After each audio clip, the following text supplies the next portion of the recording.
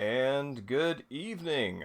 Welcome to the Deltahead stream. I am James Howell, and tonight we're going to do part 5 of Resident Evil 4 Remake, which is a lovely game that I kind of can't believe came out 2 months ago because it's been such a regular thing, regular part of my game diet since then that it almost feels like it's been out forever. But yeah, so I'm going to keep on with this. A lot of fun. Let's see. Pre-game show. Intro. What to look at here. So I watched this. I'm not even going to try to pronounce this. It's the English title is The Second Breath, or Second Wind. Jean-Pierre Melville noir film, and it is excellent. It is excellent. It is 2.5 hours long. It is right up there with the Akira Kurosawa epic attention requests for film length that really does pay off. The tension that builds is excellent, and the characterization, performance, setting, filmography, everything's spot on. So much so that I decided to jump into 2 more Melville movies. What is let's see, who did I pick up? I got. Oh wow, this isn't the one that I intended to rent, but I guess it's the one that I did. Leon Morin, Priest, which is a Melville movie, but oh, there we go. That's what that is. And let's see, La Cercle Rouge, Red Circle, which this one I did intend to rent. So, in all fairness to whoever picked that out, I had an allergy attack today, and was so suffused with cold medicine and allergy medicine that I was having difficulty understanding basic deals. The guy at the desk said that today was rent 2 for the price of 1 day, and I just could not compute that in my brain, and I actually had to ask him to explain what 2 for the price of 1 meant 3 times before ultimately settling in with, like, okay, I'm gonna just tell you I'm a little dumb today, and I need you just to tell me practically what this means. What do I do to get the best result here? And he said, go rent another Melville movie. And I'm like, thank you. And that's free? He said, yeah, that's free. And I'm like, all right, cool. I've been coming here for almost 3 years now, almost exactly 3 years, because I re-upped my membership today with Scarecrow, and I don't think I've ever come across that daft. And those sort of casual exchanges that you have with clerks and folks who run places that you frequent. You don't get to know each other, you just sort of know each other's faces, and then you have one meaningful interaction that sort of colors how you actually see each other, and that's the one that's the one that's gonna let them know who this guy is. Besides that, I've been reading Cory Doctorow's Red Team Blues, a Martin Hench novel. This is a very fast read compared to a lot of the other stuff I've read lately, and it's good. It's fun. It's satisfying. It does something that I've seen books, novels that are very post-structuralist and sort of very avant-garde do, which is attempting to incorporate modern technology and brands into the storytelling. But the thing is that Doctorow's story is about finance and tech. So incorporating brands into that makes sense because those technologies, unlike other sorts of sort of less material kinds of culture, are very closely associated with brands. So when he talks about calling somebody and getting the default Cisco hold music, like, I know what that means, and that sort of detail drop adds a level of realism that makes the brand usage feel world building rather than this sort of avant-garde attempt to clutter the landscape of a fiction with advertisements, and as a way of expressing how cluttered our own minds are with advertisements. I'm thinking of a specific book, Fred Barthelme's Painted Desert, which does something similar, and which I like much less. Let's see, other than that, El Santo, watch this. So this is, I have been watching several of the older black and white El Santo movies, the ones that use sort of more stridently satanic themes, rather than sort of like general supernaturalism, less folklore, more like this is Satan trying to break his way into the world. And so I'm going to show you what this is. So this is Santo in Witch's Attack, and this does what I love about these movies.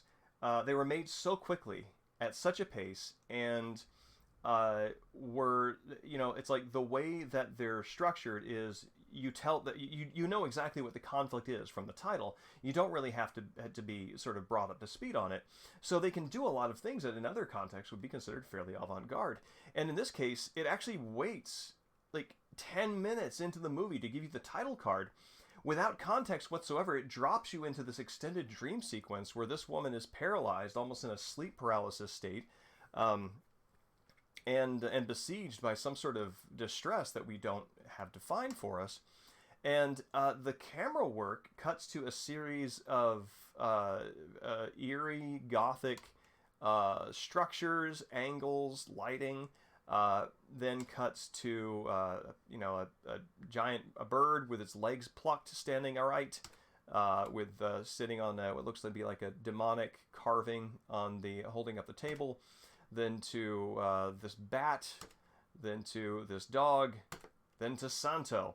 And it's just this procession of images that doesn't give you any narrative thread, and it just throws you into them. This is not the sort of thing that you would encounter in a normal B movie that is trying to bring you on board with the plot as quickly as possible. I read an essay by Carlos Monsivais that one of the things about the Santo movies that is so great is that once the titles tell you what it's about, you're just along for the ride, and whatever weirdness comes along. And this is a great example of that. And then Santo immediately begins infiltrating this building. Again, we don't know what the conflict is. We don't know who the players are. We just know that there's some distress. And this is very long. This is Santo Snake breaking into this building, climbing up, getting on the sill, sidling along, moving past windows, finally breaking into another floor, and then being immediately attacked. Which is great. That gets straight to the point of where Santo's fame comes in as a wrestler. And it's a good fight sequence. Does what many Santo movies do, which is find as many excuses as possible, as many opportunities to replicate a turnbuckle that Santo can climb for a tope suicida, a suicide dive attack. And so he wrestles. He's got a couple of adversaries, gets the best of them. They get the better of him. They have him tied up and unconscious and finally cart him away. 10 minutes in, we get the title. So, like, if you didn't know what this was, you would just think that you had stepped into the middle of the movie. But here it is, the beginning. Evening Time Zombies, good to see you. It's been a while. There's Santo, El Enmascarado de Plata, and Lorena Velasquez, and Atacan las Brujas. And so that's cool. And you would think that a title card would interrupt a dream sequence, right? That dream sequences appear mysteriously and they end just as abruptly, which is one of the reasons why dreams are so memorable, because when they end, we remember the images that they ended on, and that's very crisp and exciting in our memories. Not so here. Not so. The story continues. The dream continues with Satan making an appearance, as you see there. And Santo is bound on a table along with the woman that he'd been trying to rescue, and surrounded by a satanic cult. Santo, of course, breaks out of his bonds, and then he wards them off by making the sign of the cross with his body. Which is a bold move. It's great because, the sort of Satan's fall resulted from his pride at attempting to assume the role in the place of God. And so Santo, assuming that not just the form of the cross, as shows up in some other movies, like he'll have like a tire iron that's shaped like a cross, he actually puts himself in the form of the crucified Christ, and that repels them. So that tells you that Santo does not merely have the combat power of a saint infused by God, but he actually has the spiritual power of a saint infused by God. So he is both at once. Martin, it's good to see you. It's been forever. And the cult is scared of the lowercase t. It is entirely possible. Because he does have, I did notice, I don't know if it's maybe like a flexibility issue or what, but he doesn't quite pull his arms all the way across as a cruciform, but he sort of holds it out like that, and I'm wondering if that's maybe a deferral. So it's like, okay, guys, this is the idea. He's warding them off with the power of God, not being blasphemous. But it's a really interesting way to end that whole sequence. And yeah, I dig it. Martin, I think you would enjoy these movies. I think you would find them compelling in the ways that I've been drawn to them for many of the same reasons.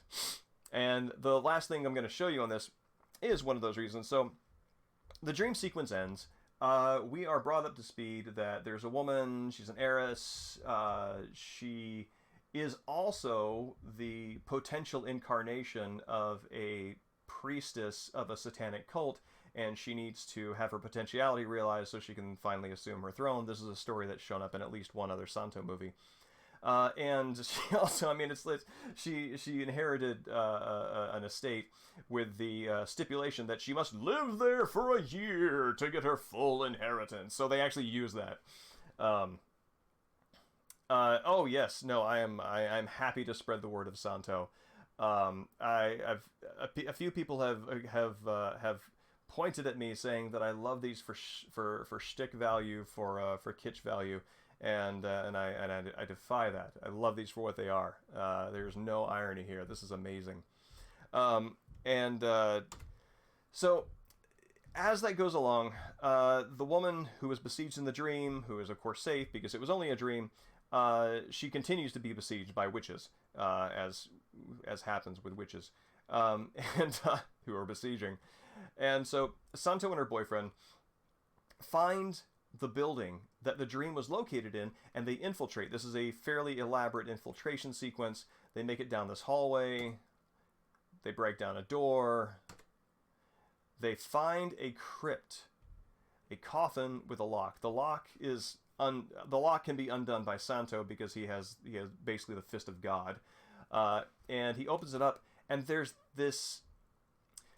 I don't know what this is because this is never returned to. They never come back to this. It is a human form with this mask on, this death mask, and some sort of beastly claw laid about it. And there are a few cutaways to Santo beholding it, and then they cut back to it, increasingly getting closer and closer on the mask. But the mask from this angle specifically, like this angle is the weirdest one, and it's got these eyebrows that are like caterpillars. They're put on there. You can kind of see that they're lifted off of the mask. And Santo beholds it somewhat knowingly. Again, this doesn't really get followed through with. The witches are attacking, not this. This just happens to be there. So where this gets extra strange is there's a time problem that happens here. This is very Lynchian, very Twin Peaks Lynchian. Oh yeah, no, Lucha films are exquisite. They do as B movies, they do things that would make sense in an avant-garde film. The B movies that Mexico was creating in the 50s, 60s, and 70s are fascinating, and I encourage you to watch as many, sate your fill. But so there's a Lynchian time problem here. So as you saw, Santo and her fiance, they both enter together in this close proximity. When they open this up, the fiance turns around, walks out. Santo kind of gives like a frowny nod at whatever this is and leaves. And there's a space of about 3 seconds between those two things, right? So boyfriend leaves, Santo leaves. Boyfriend goes into the hallway, opens a door, begins walking down the hallway, continues walking.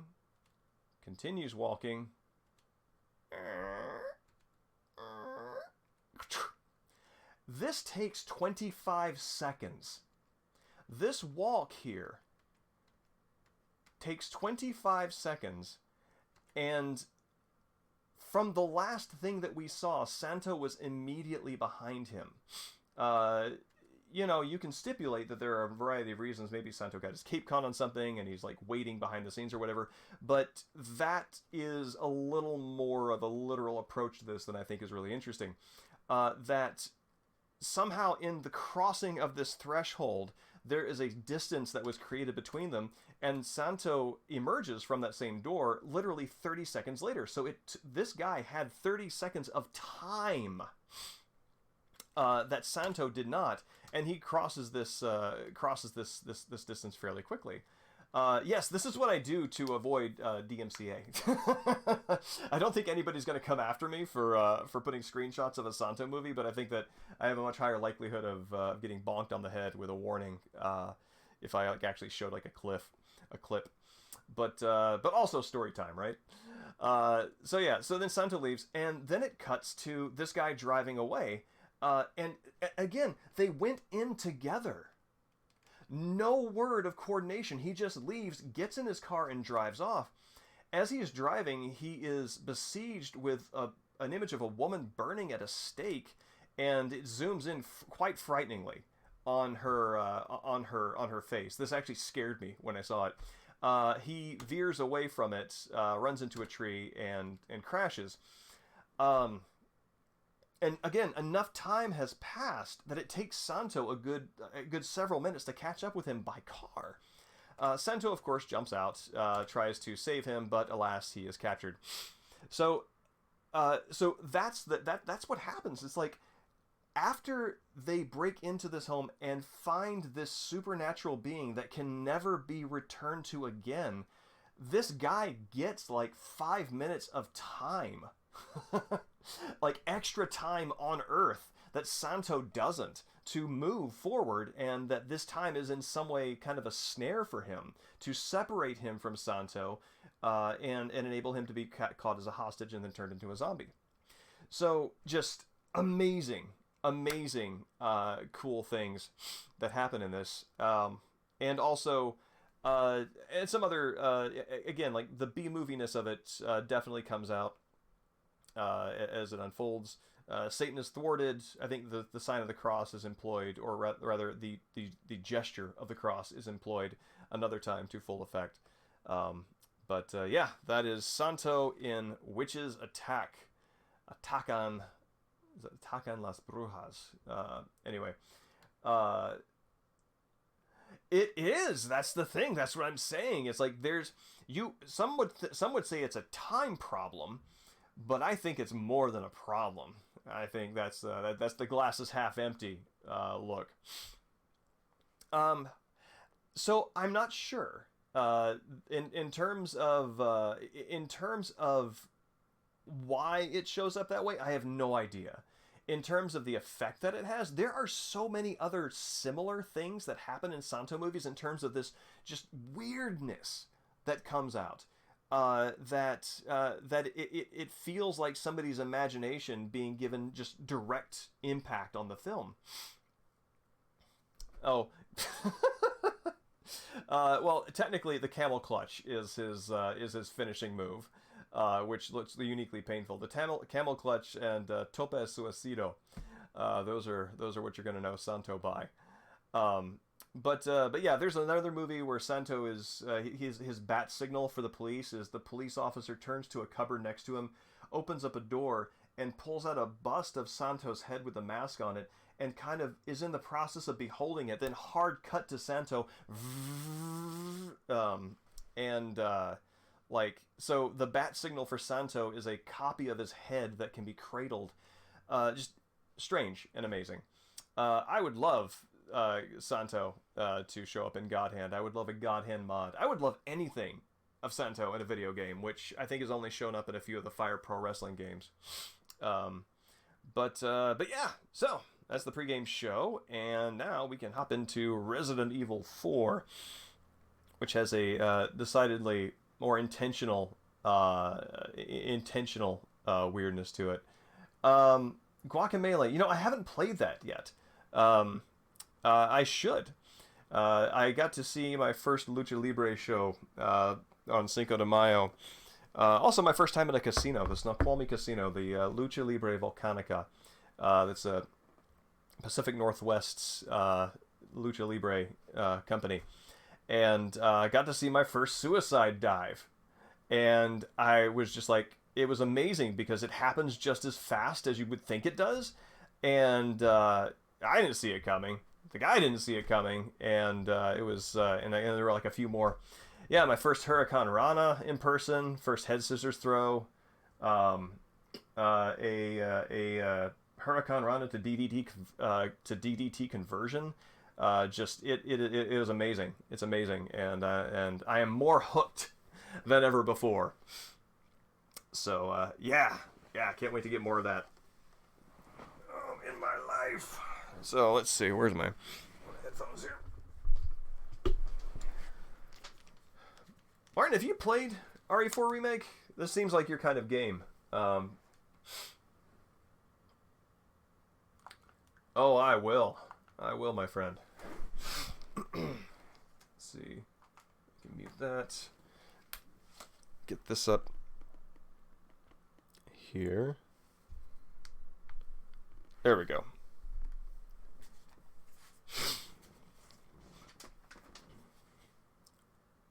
Oh. The older PS4 version? Do you mean the Oh yes. Yes, Will is a very big fan. I saw one of Will's screenshots of his mercenaries mercenary scores, and I will show you. My S ranks are baby scores in comparison to what that man has racked up. Non-remake. Actually, so I streamed RE4 for the GameCube about a year or so ago. In addition to the RE4 demo disc for GameCube, which has some interesting changes in it. One of them being the fact that the binoculars, which show up at particular key moments narratively in the game, are just your constant companions. Oh wait, this is my professional run. Let me get my stream game up here. Yes, this is where we are.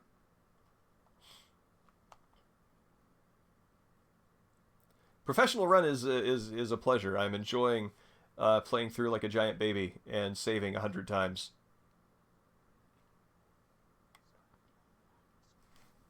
Oh yes, you can't hear him because it's talking over this thing.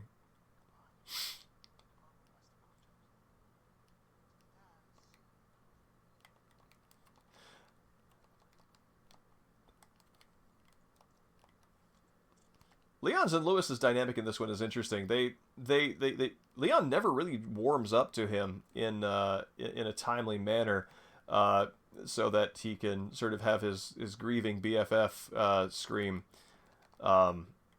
Which actually, I guess he doesn't have the grieving friend scream Lewis in this one. Nonetheless, I would have thought that Leon would have warmed up to him sooner than he does.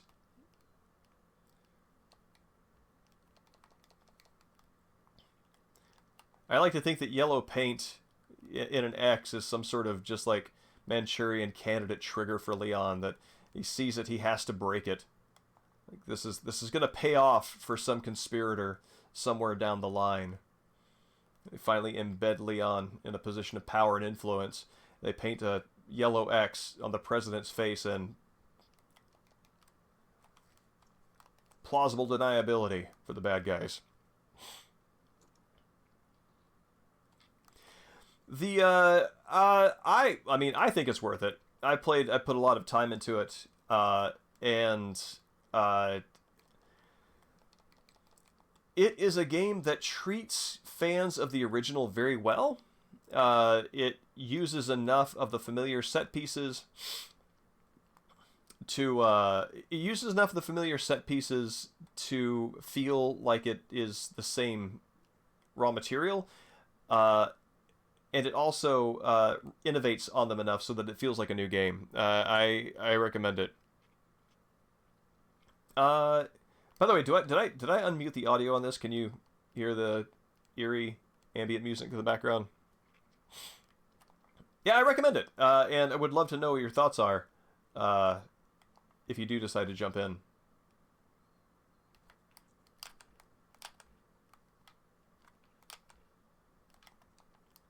That dog was bad, by the way. I didn't... Oh, no audio. Oh, well. Oh, I thought I unmuted this. I did not, in fact. There we go. Oh, oh, wow. That's a cool thing for my hamstring to feel. Cool hamstring. Oh, my God. Well, I have learned over the past couple of years of streaming that if I try to say anything deliberate, or basically I don't have the multitasking ability to do that in any way that's sensical. Similar to how I cannot make a turn in my car, listen to the radio, and hold a conversation at the same time. One of those has got to give. It's the same thing with playing a video game. I just have two different parts of my brain going. I play worse than I would normally, or I talk dumber.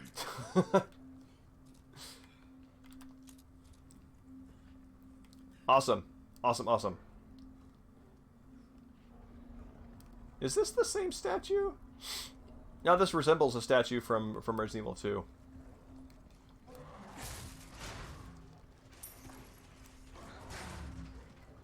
Oh my. Yeah!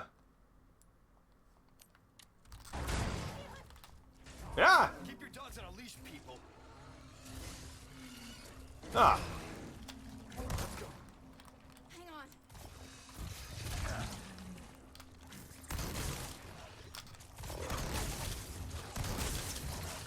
on. On dog time. Give it up. There we go. I need to make more bolts and explosives. Whoop, sorry, Ashley. Still, my hands are used to controls from a different game, so I almost just gutted my charge.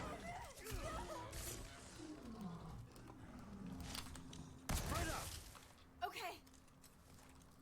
All right, let's enough of that. I was always very bad at this section and very afraid of it in the original.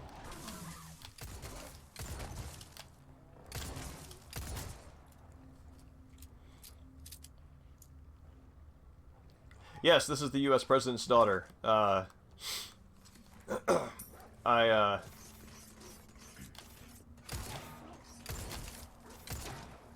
We find out...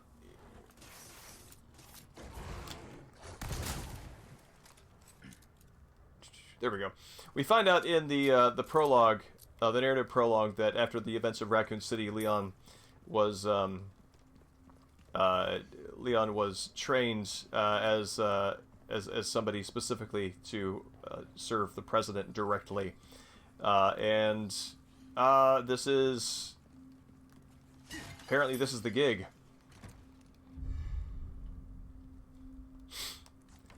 I agree. That was actually a detail. There was a... This isn't spoiling anything, but in the Last of Us TV series, which actually, Martin, did you watch that?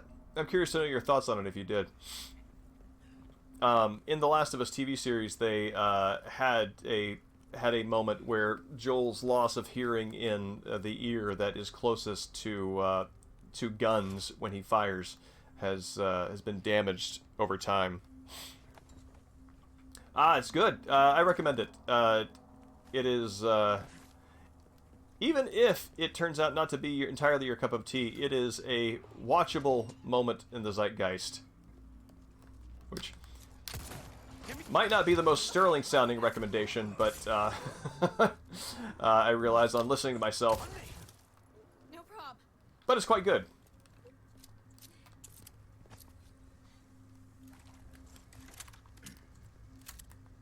Spread out. Okay.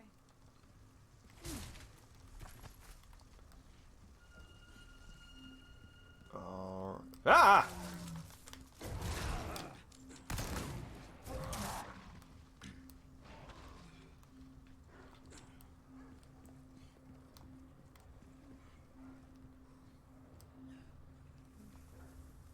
do not like these dogs.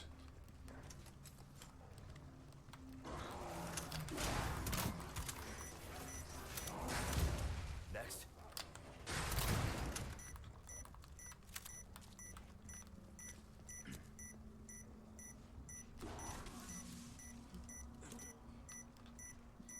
Dogs just having a day of it, I guess.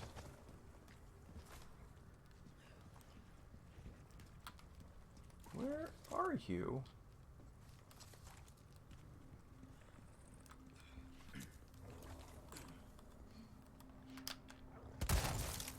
Cool.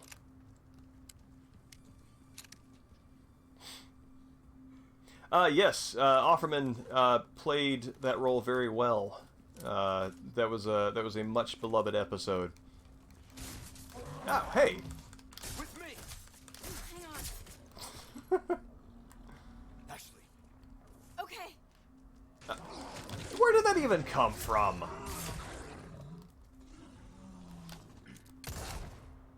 So one of the negative criticisms that that has been bandied about much about the remake is that enemies teleport, making certain kinds of high skill runs difficult to impossible, like no damage runs. This is an instance where even though I know the point is for the dogs to be able to surprise you in the hedge maze,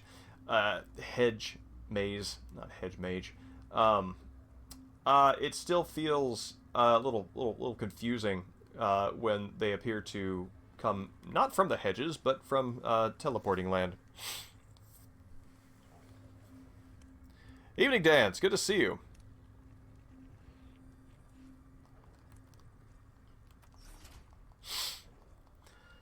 Yeah, that episode actually answered a long-standing criticism that I have about much sort of, I don't know how I would describe it, misanthropic, apocalyptic storytelling. Ashley, run! Which is, I completely trust writers to be able to tell me a story about human inadequacy and the failure of happiness. And I've come to the point where I am really interested to see if anybody can write happiness well. Which sounds trite, but it sounds trite, especially when, happy endings are sort of have the reputation of being easy things to get away with. But in a lot of these kinds of stories, I wonder, like, how do you do happiness without punishing it? How do you have a love scene without one of the lovers, like, being set up to get killed immediately after? I think the ending to Left Behind is actually a really good example of this, where characters develop to a point of happiness, and as soon as that happiness is realized, that is like your dinner bell for tragedy. And that is a way of building tension for a tragic response that I've gotten kind of tired of, and so I kept waiting for them to drop the. Let's go. Back up. I kept waiting for them to drop the other shoe on that with the Bill episode, and they didn't. And I'm like, all right, you can do it. This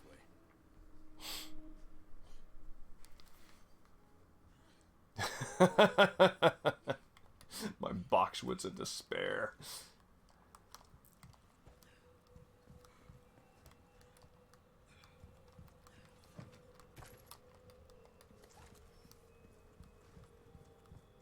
I'm trying to think of a topiary joke, and it's just not coming to me. I guess I'm just not cut out for it.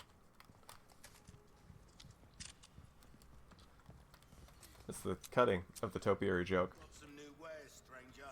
You're in for it. God, how does he know I'm here?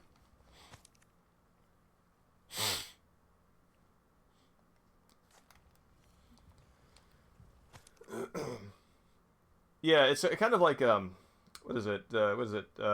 dying is easy, comedy is hard, right? I feel like cynical tragedy is, if not easy, there are many examples to draw from for how to do it well for a modern audience. And I feel like the opposite is less so.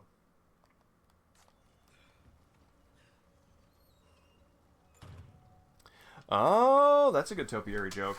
The let's see. Doesn't the original the TV miniseries have the it has the actual croquet mallet and the guy from Wings and the topiary that comes alive in the hedge maze? Am I remembering that right? I'm pretty sure it had the guy from Wings.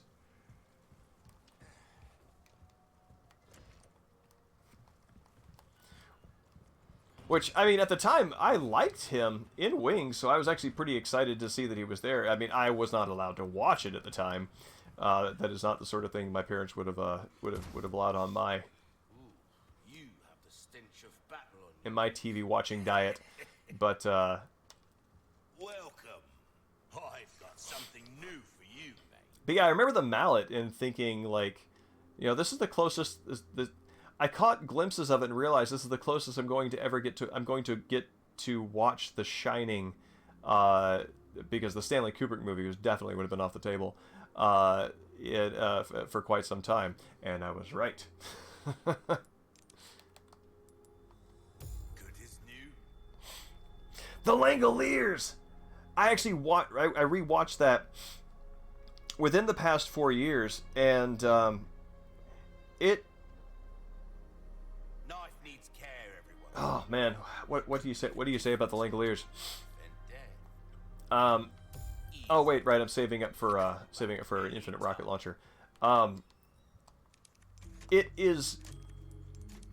First off, it's kind of boring. It's kind of boring. I know that like the conceit about being stuck 5 minutes in the past is that everything is dried up, dead, flavorless. The air is breathable but doesn't have life to it, etc., etc. But there actually really is just a lot of liminal space airport waiting around, and it feels very. It manages to manifest what it is portraying in a way that might not speak well to a great experience. Peter Falk, really?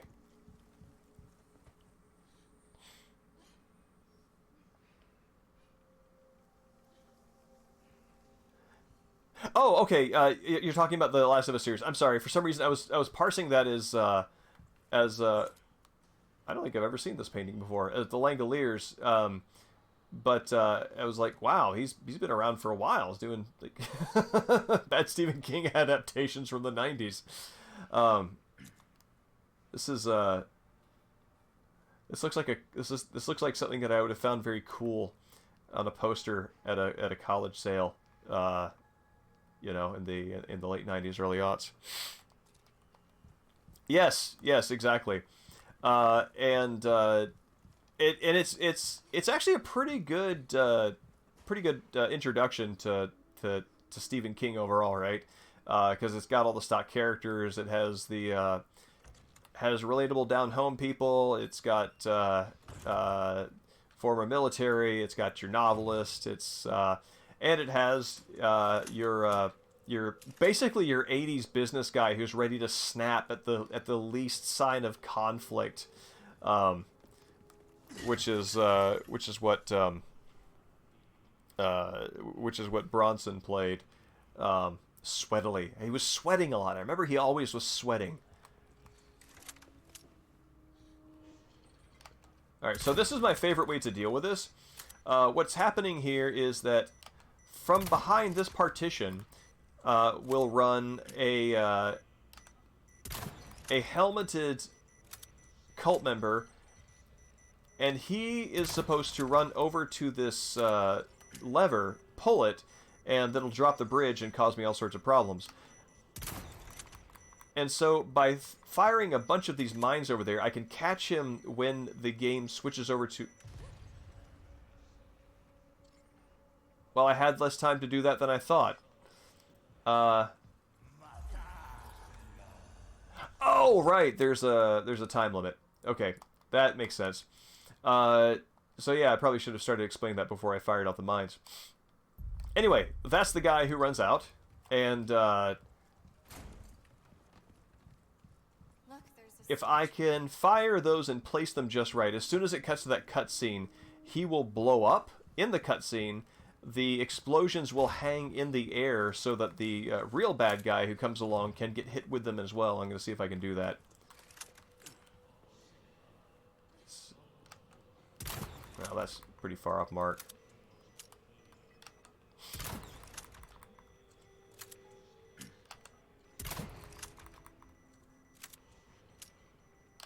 As long as at least one of them is placed right. There we go. Ah, it wasn't placed right. Okay. Yeah, we're going to do the autosave.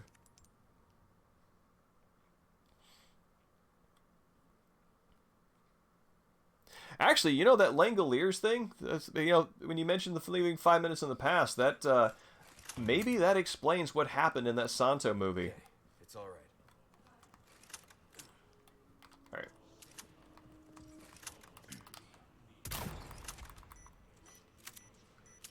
Two.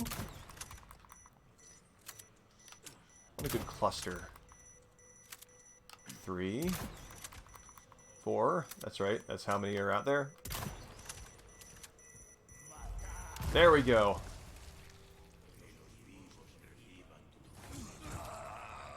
So yeah, the ghosts of those explosions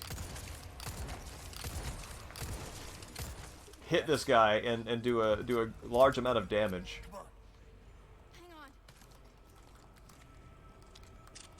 That is not the most speedrun savvy way of dealing with that, but it's my favorite.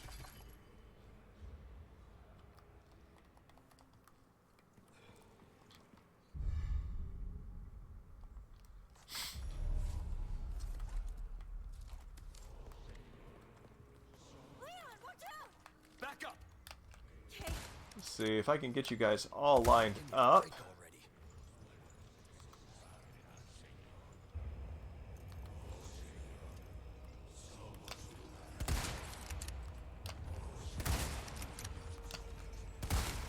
Because this goes through multiple targets. All right.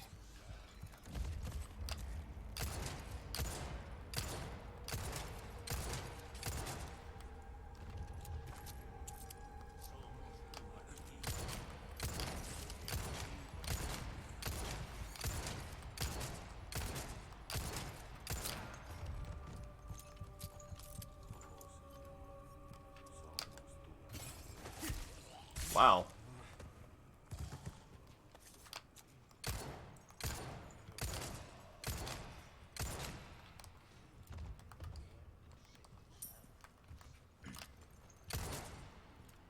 All the colors of the rainbow down here. Cool. Lucha Langolers.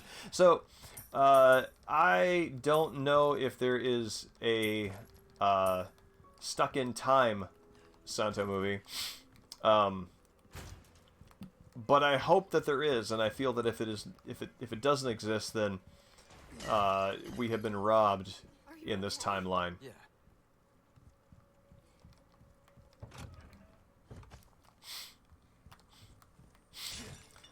There's the Santo origin story. One of them they revisited it a few times over the years. But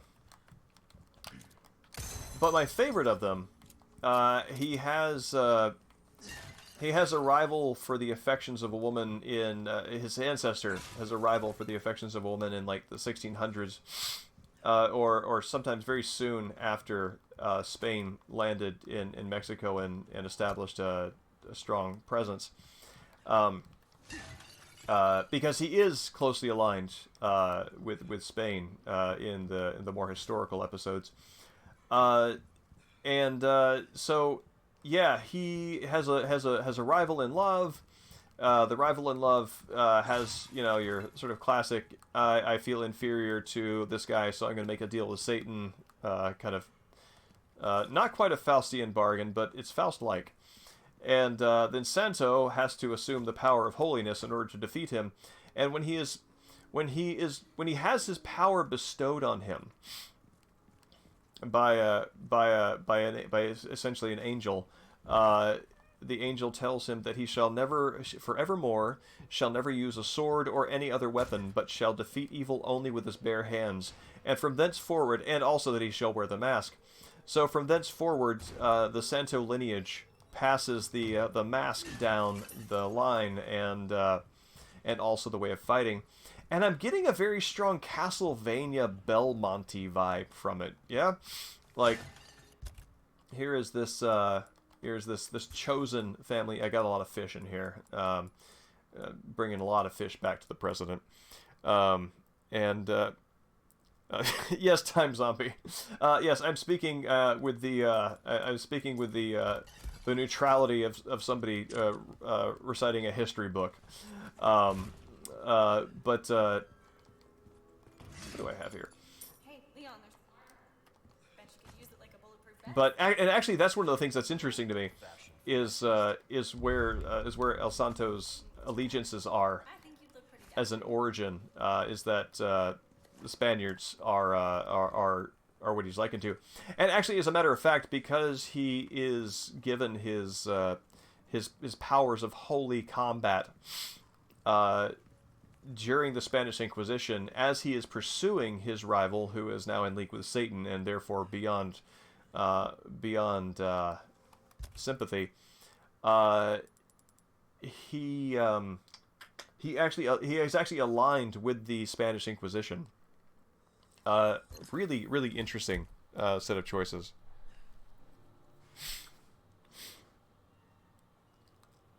Oh, Dan. Oh, let me tell you, this is New Game Plus, my friends. This is already a very smelly suitcase. Not only will these flashbangs overwhelm your sight and your hearing, you will also be gagging and vomiting by the time you throw up. By the time you wake up. Dog thing? You mean this? Ashley, stay up there. Or something in my case?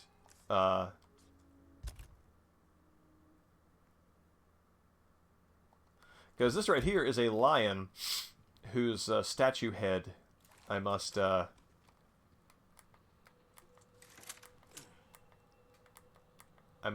steal. There we go. Yeah, that's a lion. It is interesting. Yeah, I guess the paw is lifted in a sort of pointer kind of way, isn't it? All right.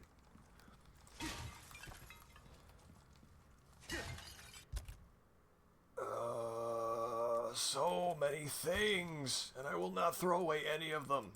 I will not eat any of these fish. So, in my my previous playthrough, I made a point of creating my own headcanon around Leon's mission, which is that the president, in my version of this, told Leon that he wants him to rescue his daughter and bring back one uneaten Spanish fish.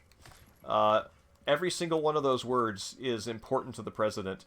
That he bring back one, that it be uneaten, that fish be uneaten, because he presumes you can bring back one in a different state, and that it be a Spanish fish. So my goal was, no matter how low on supplies I was, no matter how near death, I always had a single fish in this attaché case. And I will have you know, I brought the president back exactly what he wanted.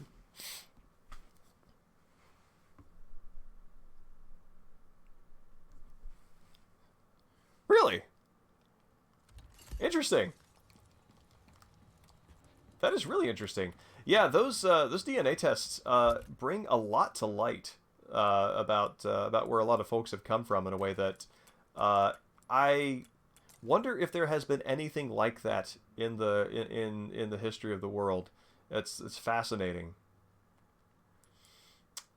Okay, I think I'm in good position to fight these knights. Oh, and Martin. Oh man, you are going to love. I'm going to call this now. I want you to love. I want you to love what Leon says when this encounter wraps.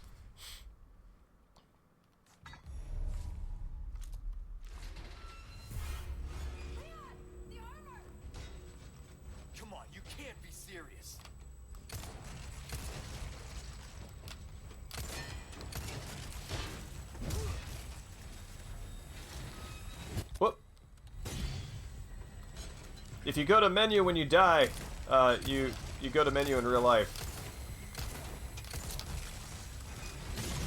How did that not hit me?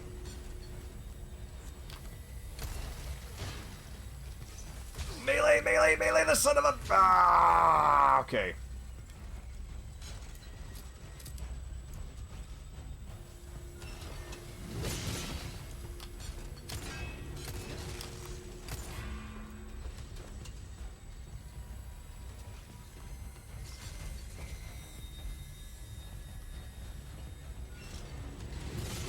All right.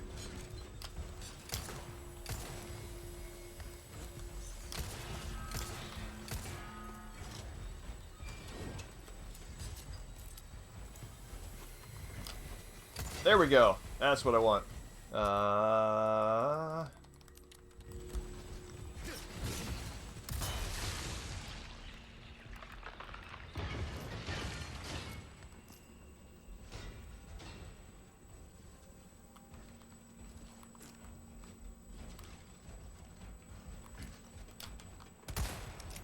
Oh, time to get out of there.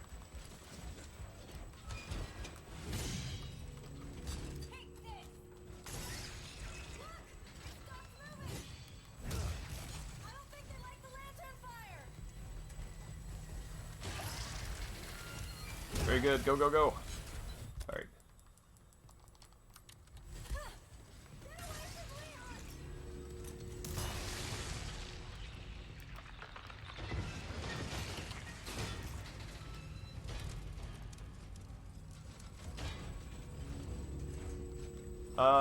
Okay.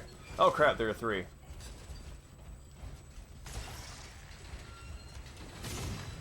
Go to hell, you rusty piece of shit.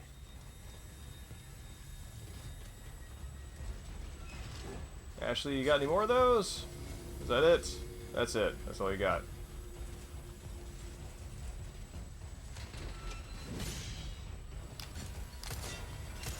Whew. Let me do this in a way that lets me raise my gun a little more quickly.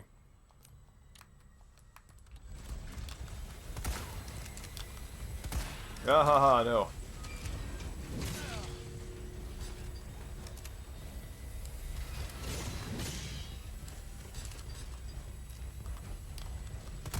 There it is.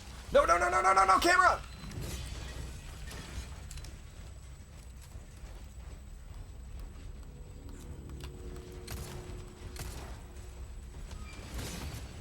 That guy's got Las Plagas on his back?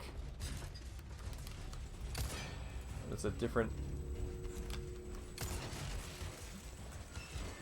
I like that that knight is capable of a lateral hop like that.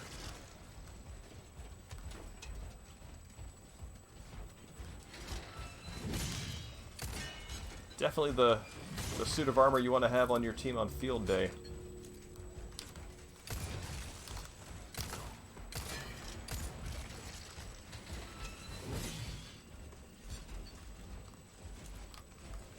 There we go.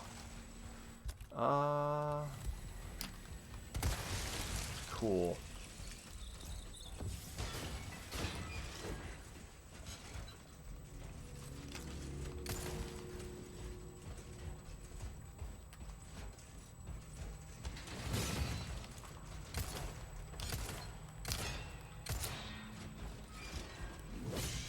Alright, maybe I can improvise with a grenade.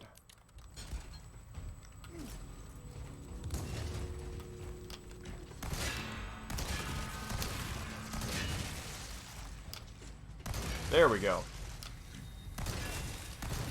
Cool. Here it is. Yeah. Nighty night.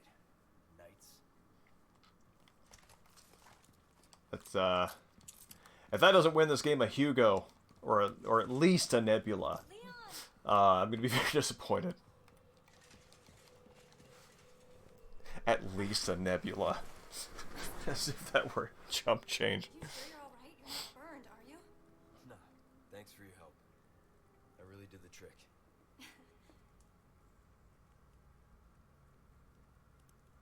Evening, Ark. Good to see you.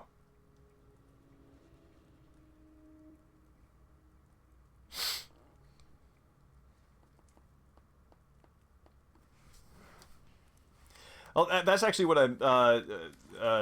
Time Zombie. That's what I mean. No, you're absolutely right with primogeniture and heredity being as important as it has been politically and financially over the years.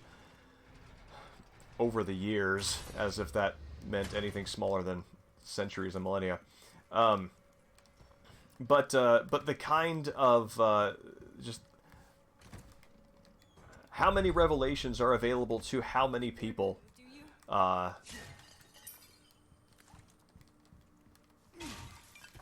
across society because that information is now available to them.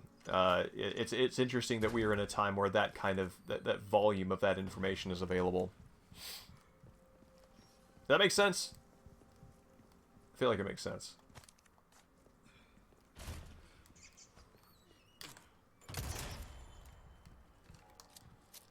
One of the more Martin, one of the stranger things about this game that I don't think you see happen in many other games is that you are essentially rewarded for shooting animals that really have nothing to do with you.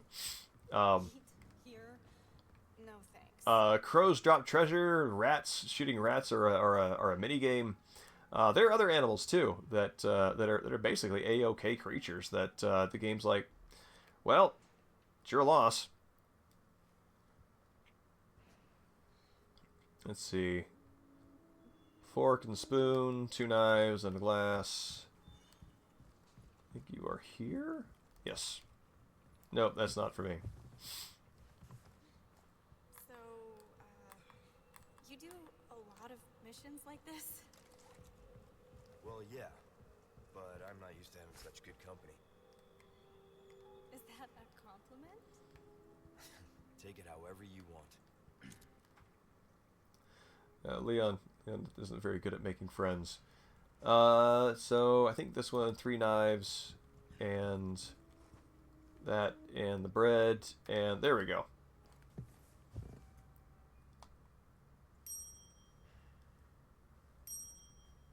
There we go.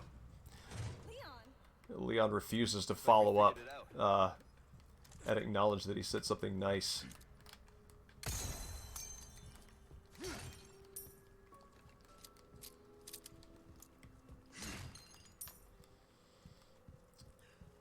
Alright. Kind of going along with that, the Manchurian Candidate, I dislike yellow X's on boxes aspect of Leon's training. There is also a very specific kind of pottery that he must smash on sight. There are nuances. This resembles it, but is not it, so it's safe. We figured it out. Like Ashley is just Ashley is blissfully. The hell happened to this chair? Ashley is just blissfully oblivious to exactly what it takes to solve puzzles and get through life in a Resident Evil game. This being her first. Oh wait, I'm running in a circle. Well, that's what I mean. I like to think that Leon now has an eye for vaserie. That's what I'm going to call it. And just has this reflex, this trained reflex of to which ones to destroy. That's the Leon S. Kennedy way. Leon! Where are you? How did you get... Oh, I guess you didn't jump down there with me. Okay, so I have all 3 of those statue heads. I need to go gather treasure now if I'm going to. Got some new way. Because I lose Ashley at this point.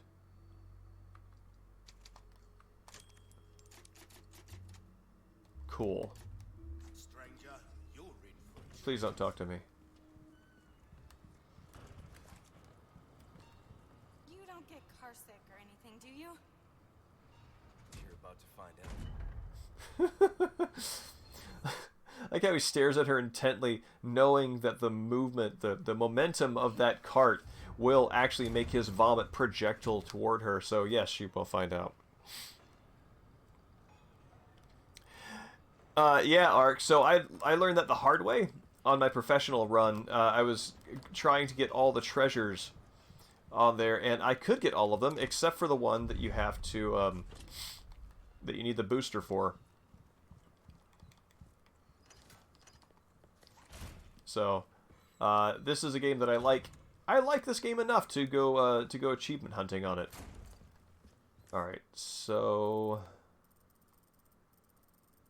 yeah, so we're gonna go back in the audience chamber.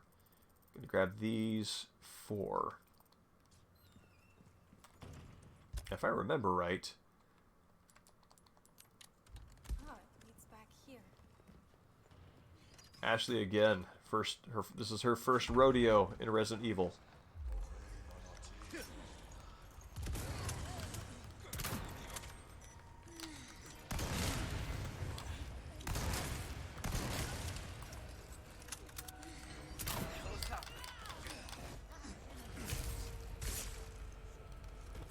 Ashley?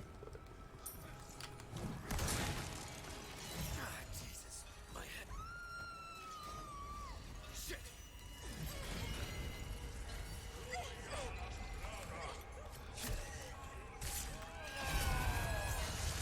Damn. Ashley.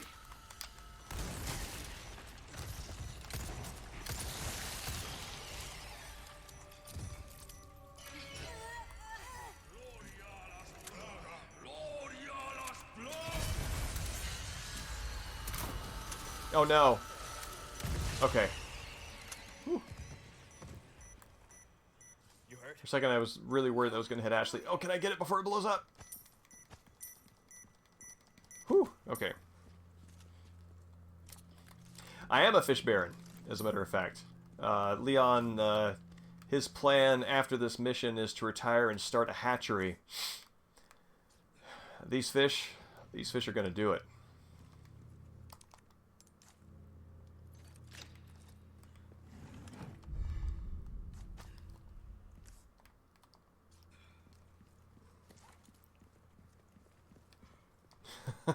Right?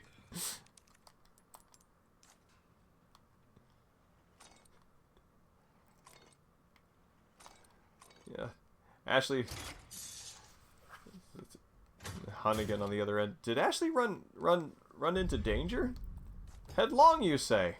Well...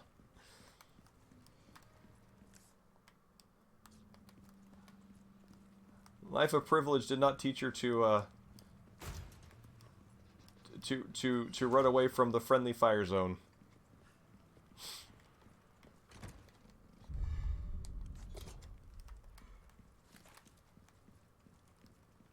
I also like to think that these item descriptions are also value judgments of Leon. I mean, I'm just going to make all of this full-on narrative that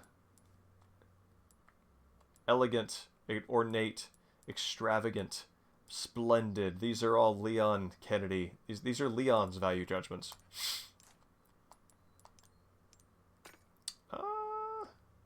Yeah.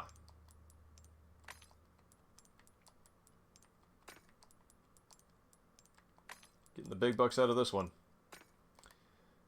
And splendid bangle.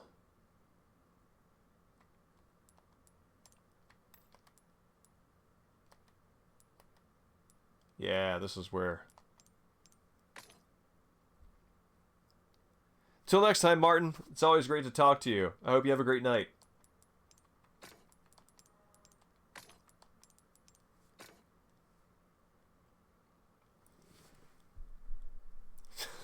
Yes, Ark.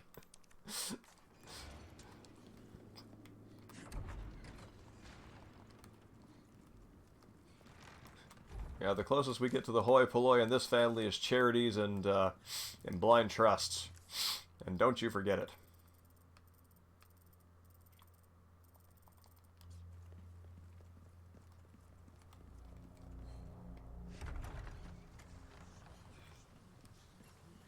Oh! Oh, I thought I'd killed everybody in here, but I surely did not. Watch out! This might have been a bad idea.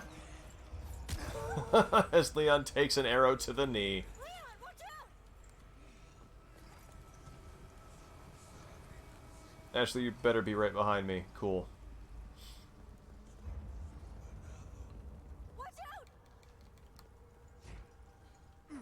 Oh, God.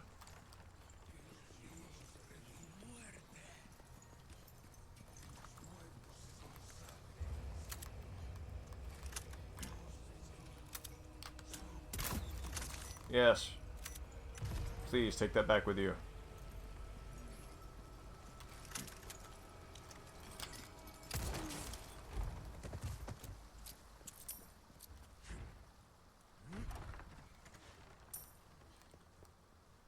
I thought it would have killed more than that, but nope.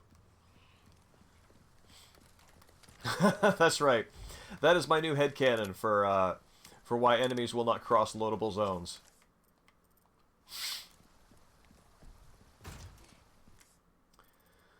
Okay, this is the one that I need Ashley's help to get. After which she is free to be...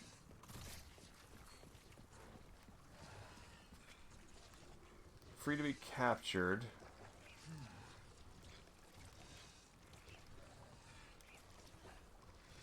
The hell is that? Is that a dog? Spread out. Okay.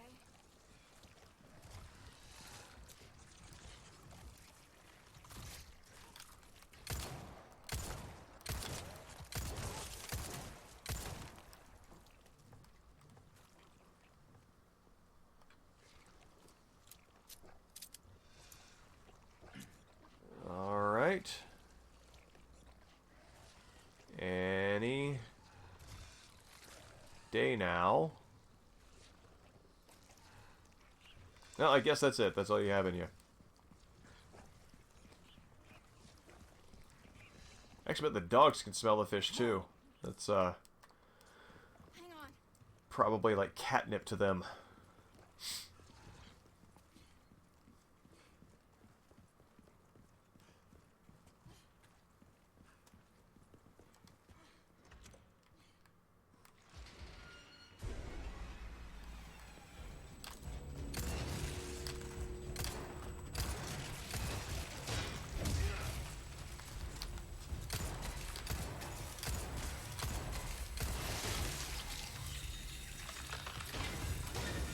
Cool.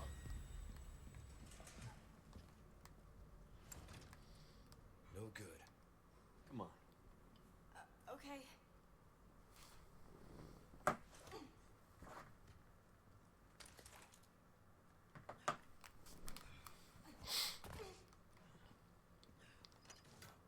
It's open. Good work. Yes. My treasure hunting dreams finally complete. That is an inelegant clock. Let's see. What does this clock look like here? That's an extravagant clock. This is decidedly not. This one tells prole time. That's how Leon's gonna frame it.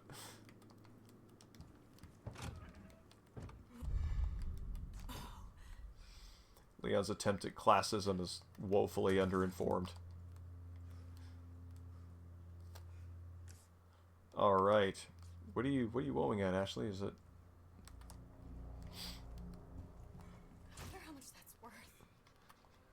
Tom Zombie, how have you been? It's been a while since we spoke. We should catch up off stream. But are you still in the area?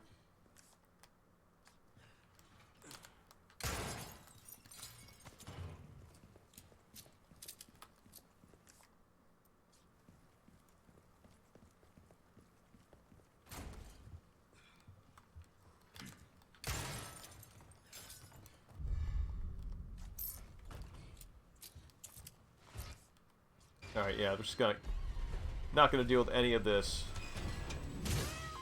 except for the sword in my back. Which I will deal with, by treating it as a medical, emergency.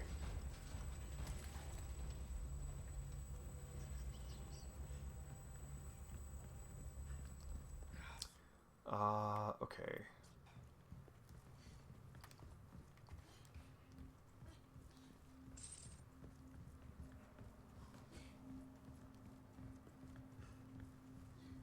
You gonna sell that thing you got? I've got some new items in stock. Come take a Man, look. Leon's just being bombarded from all sides.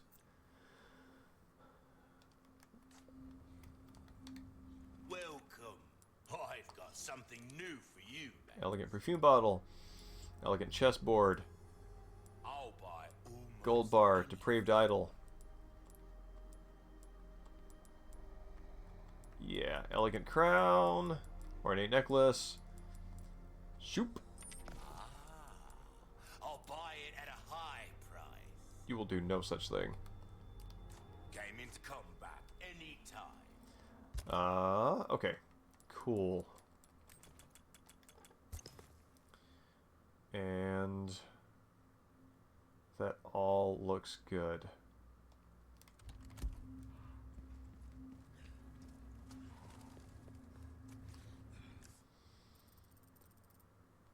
There was something in here I wanted to check on, but I was running away from the knights. So, I don't see it on my map as a treasure, so I don't think I'm going to worry about it. Oh, wow. Weird moon. That's, I'm guessing that skybox is at a weird angle.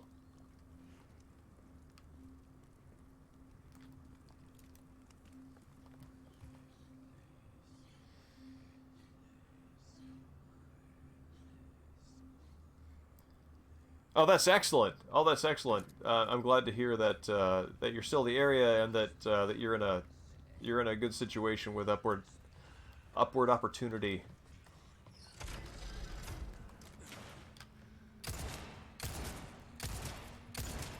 Unlike this person.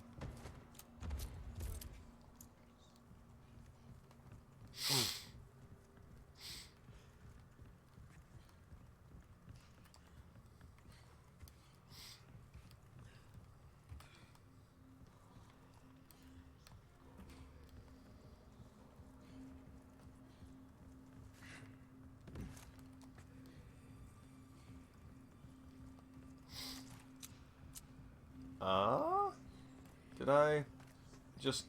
What am I missing here? Oh, right, that door was closed. Cool.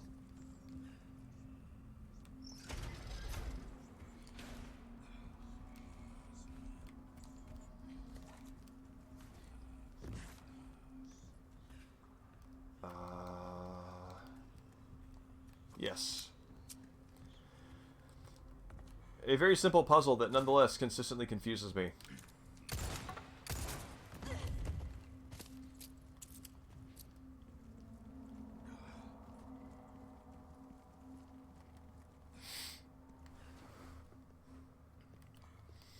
I enjoyed fully remote as well.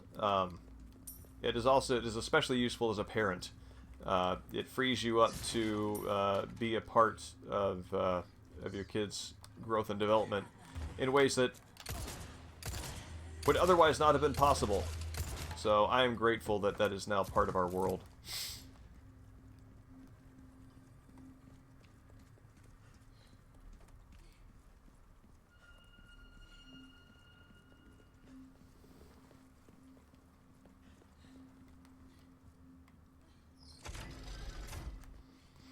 I'm curious, do you find, like, some have discovered that they have difficulty making that separation in time and purpose with, like, you know, their home that, what I'm trying to say, basically they have a hard time separating work time from home time when working from home?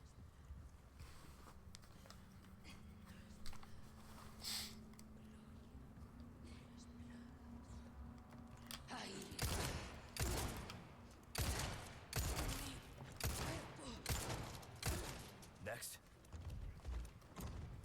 Alright, so everything here is clear. Oh, I missed something back here. Okay.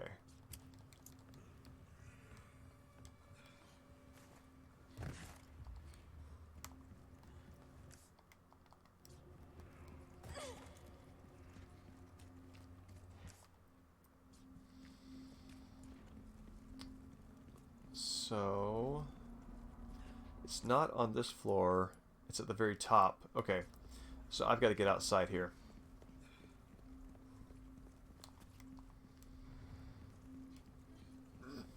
Pardon me.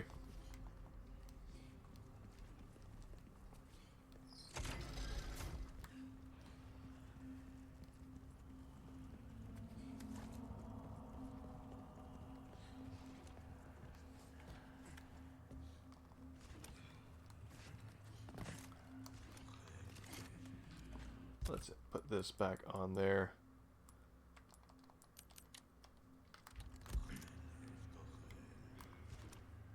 Could have sworn I saw somebody through there. But I guess not.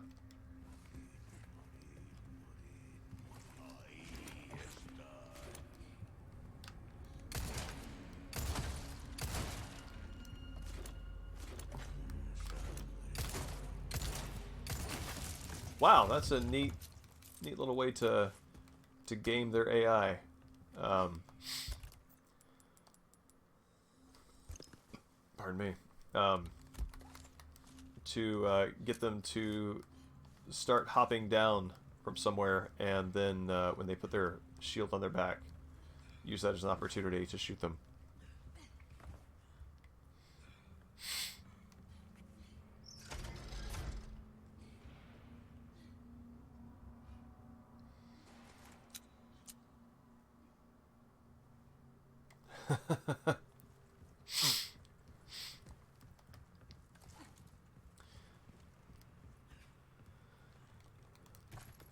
Well, being a magic black box is kind of fun.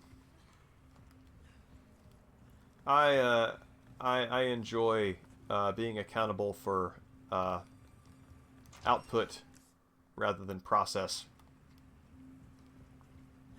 if that makes sense.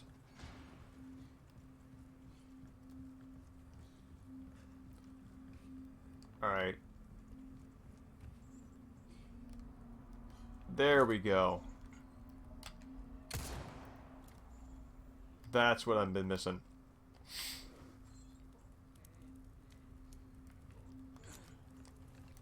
Oh, that's really cool. I didn't know that, Time Zombie. Well, I mean, I just found out about your current gig, so obviously I didn't know it. But that's really cool. And I'm also glad you're in a place that that values that. I mean, that values the work-life balance aspect. Super important. Okay, this is taking me back in the right direction, yes.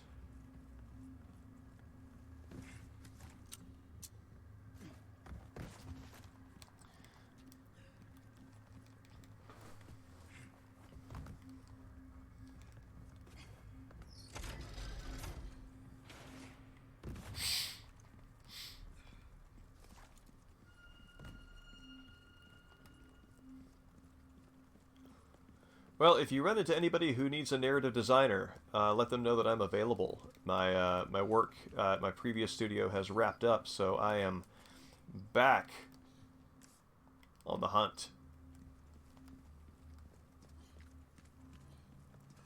Narrative designer or writer, if those should be split roles, I'm down for either. Where? Okay, I gotta go through there, and that will take me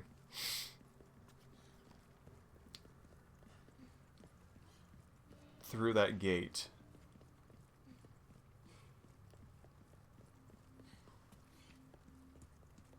Yes.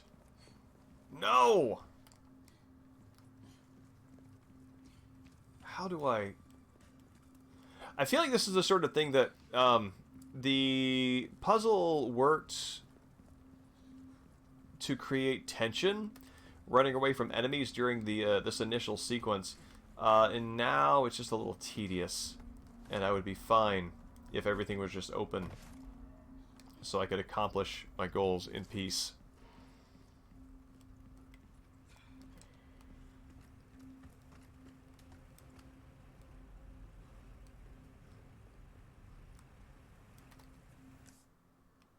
I straight up don't understand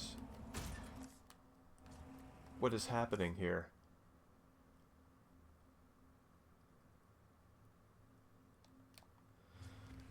Okay, this door is closed. Let me just try going all the way back to the beginning.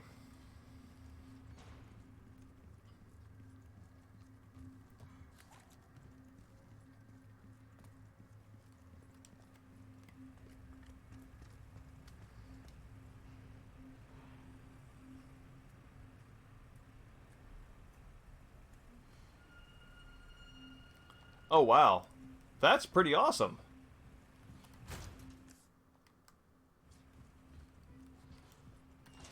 Alright, lever. I don't like you and you don't like me.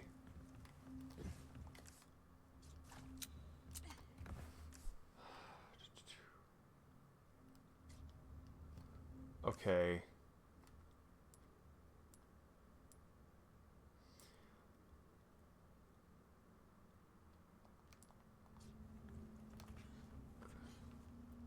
I actually don't think there's another way up from here. So let me just try to move forward and see if I can make sense of this. Yes, I am. Oh,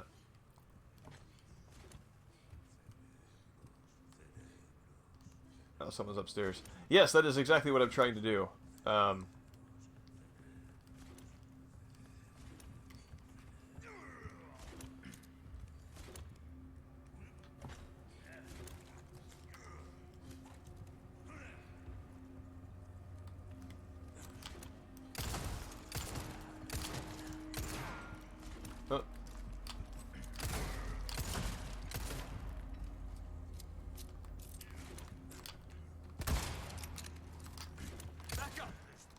No problem. Not bad, right? Cool.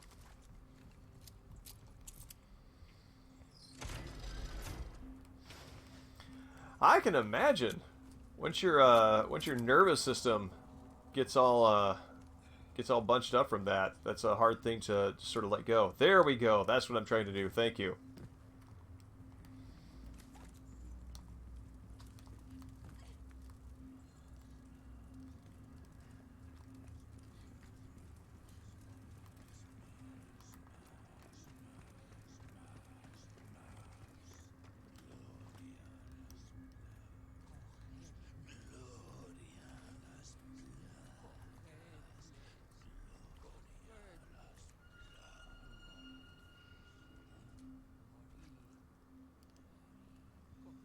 Oh.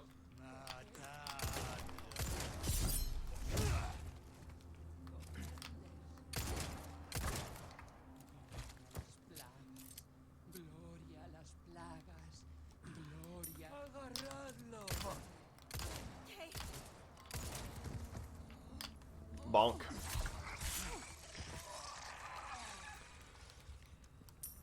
I find the pathing in this game is pretty good. You all right? Yeah, no big deal. Actually starting to have some ethical problems with these barrel destructions.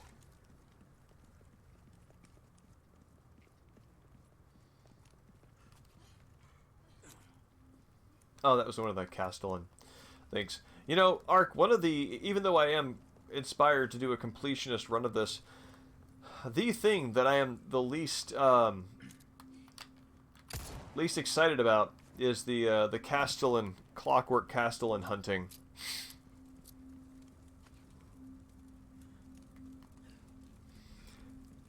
Oh, I don't know, man. Those are always Where are you going? those are always things that are out of our hands, right? So, I will let you know as soon as it is no longer a secret. But until then, I'm on the hunt for more paychecks.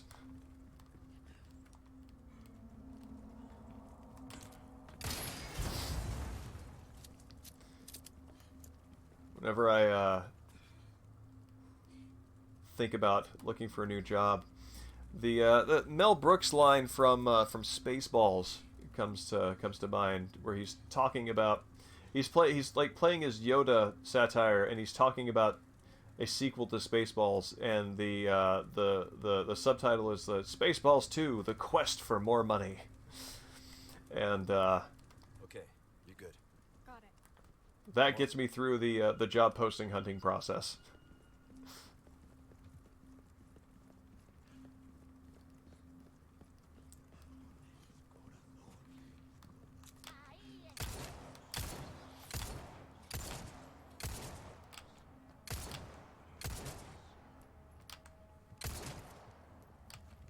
There we go.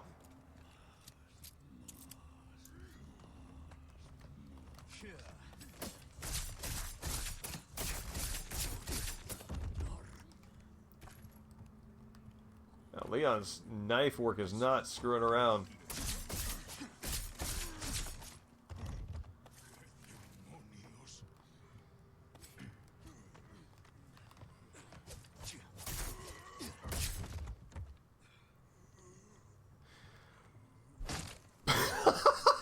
Oh wow, insult to injury. Was it the knife to the face, the fall, or the latter that killed him? It's really hard to say. How do we even charge this?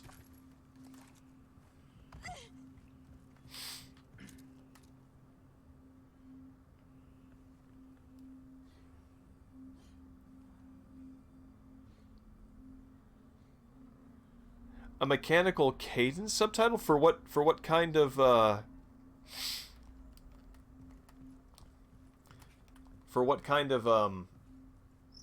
event arc? Oh, the Clockwork Castellans, you mean?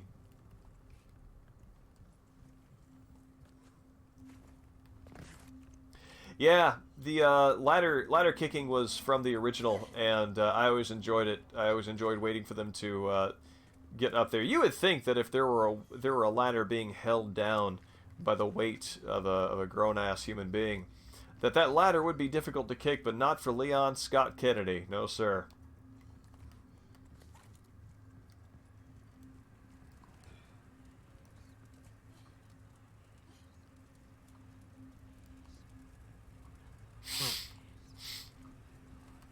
I feel that I should. I actually have yet to really finish playing Breath of the Wild. That game came along. I got access to that game at a time when I absolutely did not have time for a game of that depth, and the moment passed. So I think I need to jump on whatever I forget the name of the title of the new Zelda, but I need to jump on that sooner than later so I can make sure I actually get to it, you know?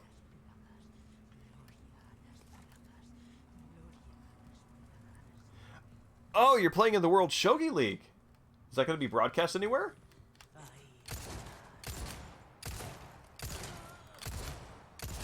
Yes!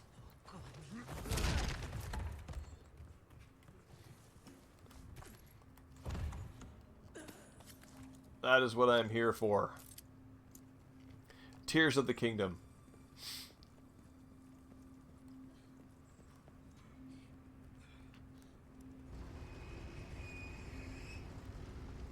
Yes.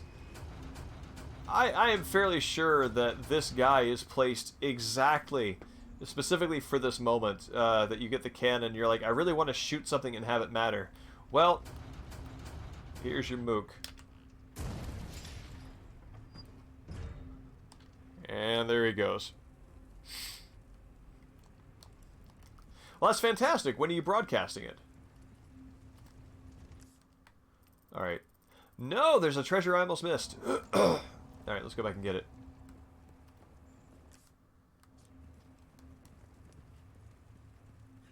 Alright, so it's over there.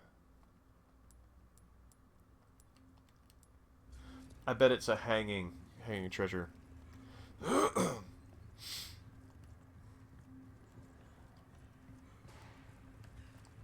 Oh, for crying out loud.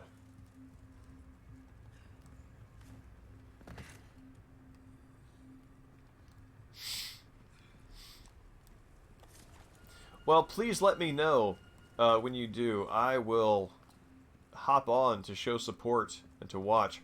Actually, you know, that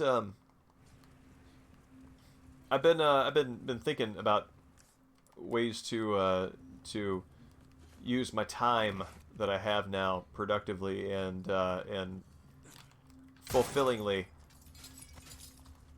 I never thought that, I mean, unemployment in the state of Washington is quite good, so it enables me to not live in existential fear during the job search process. And I never thought that I would have, as an adult, like, a period of time where I would not be on vacation and not working and not be terrified. It's and I'm still kind of amazed that happens.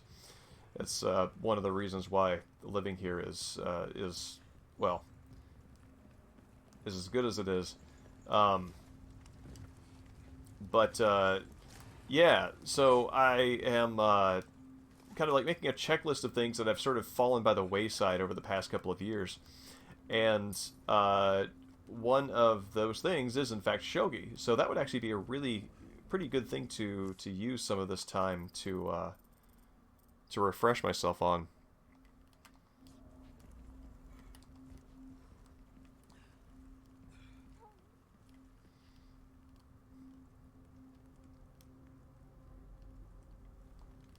Ashley? It's this way. There you go.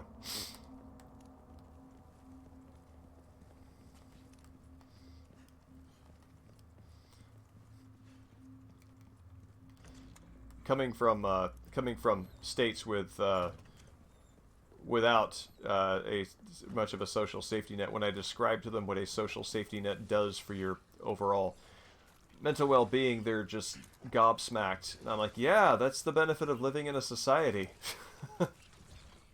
It's good.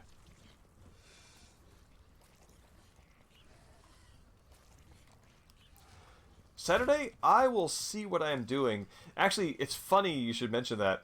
So now that I've actually found that I have less time in many respects available than I did before, because being available as a full-time dad now, there's never not something to do.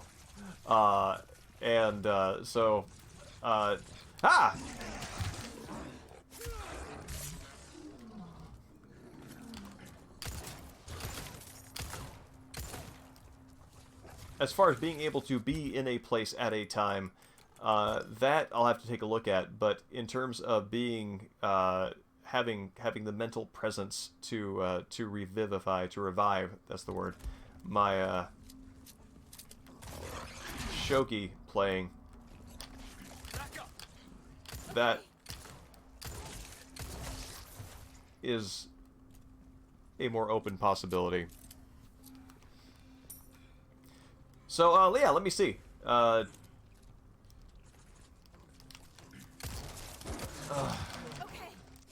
Things cannot be stunned.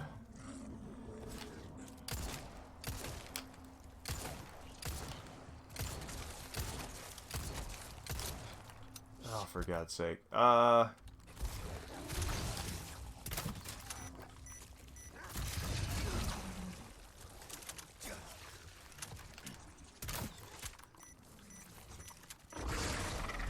Please run back toward that thing and die.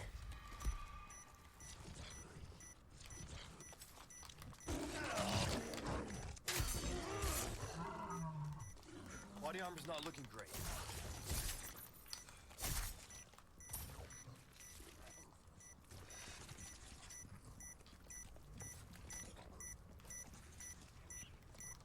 All right.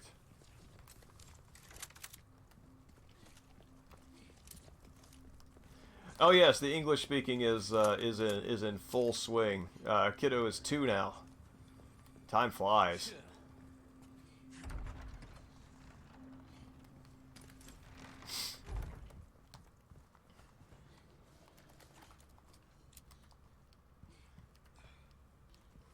I have something I think you'll love. Oh my God, just say hi. Welcome. I've got something new for you, Treasure by the Wine Cellar. Is that the one where you have to use Ashley to boost over? Ark?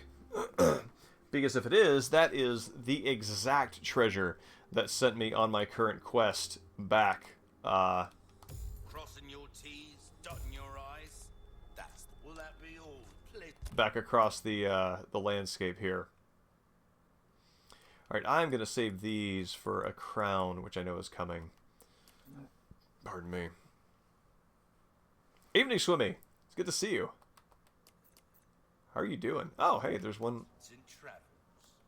right up here.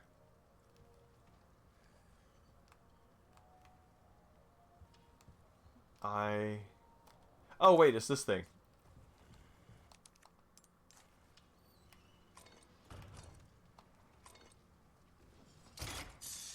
Yes, thank you. Alright, butterfly lamp. That I can do.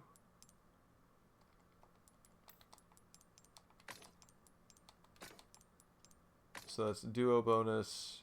Oh, wait. So that's 21.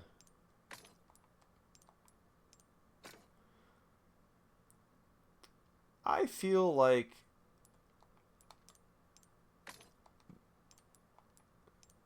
that's good enough.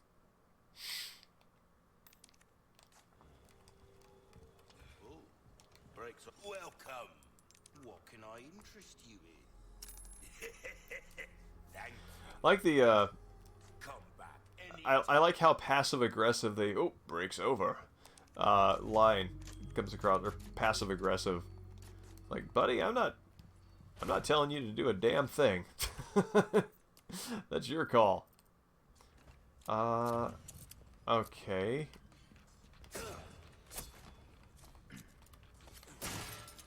Alright, cool. There's that. Oh, I missed flashbang. And that.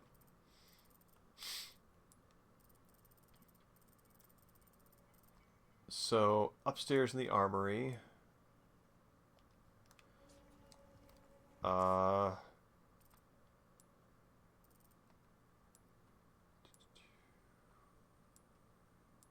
So, okay, upstairs.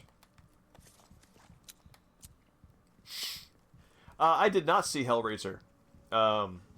I was not allowed to watch horror when I was a kid, and missed it at the time, and then as an adult I've found that I can only enjoy horror when it is in game form.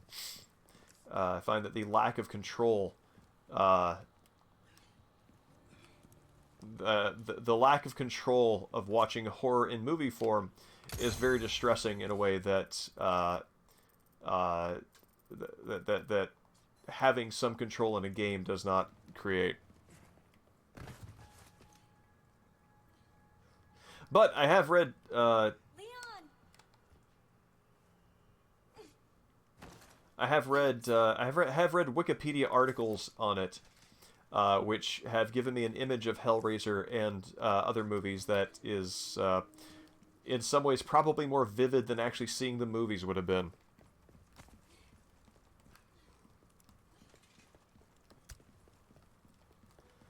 But yeah, I'm a super big baby for the for actual horror movies.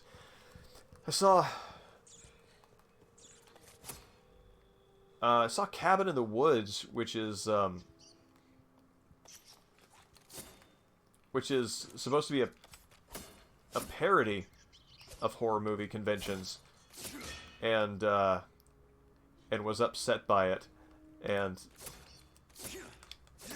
so that should probably tell you exactly how well I handle an actual horror movie.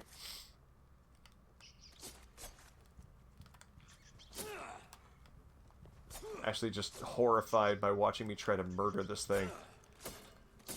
It's for the guy who's selling me guns. Ashley, this is just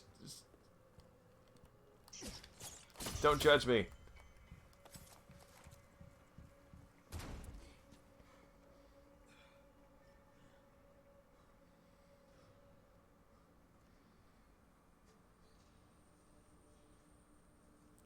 Yeah, no, Swimmy, you are one of my go-to people if I need an opinion on a horror movie. It hasn't come up as often as it might, so I think that if it did, I would probably have tapped you for it more often. But no, you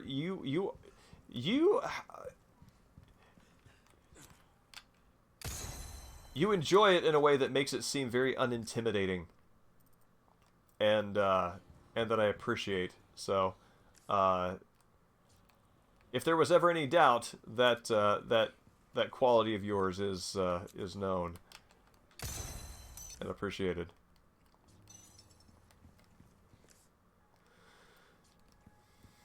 But no, like I can like dismemberment horror in a movie will upset me greatly, but give me a Dead Space, a-okay. Took care of a request, did ya? I can tell by the look on your face. Well, look at you, mate. Well then, what can I do you for? Yeah, your good humor is very diffusing. Okay, what do I want to get the exclusive on? If you want a fighting chance out there, you best tune up your kit. Don't tell me what to do.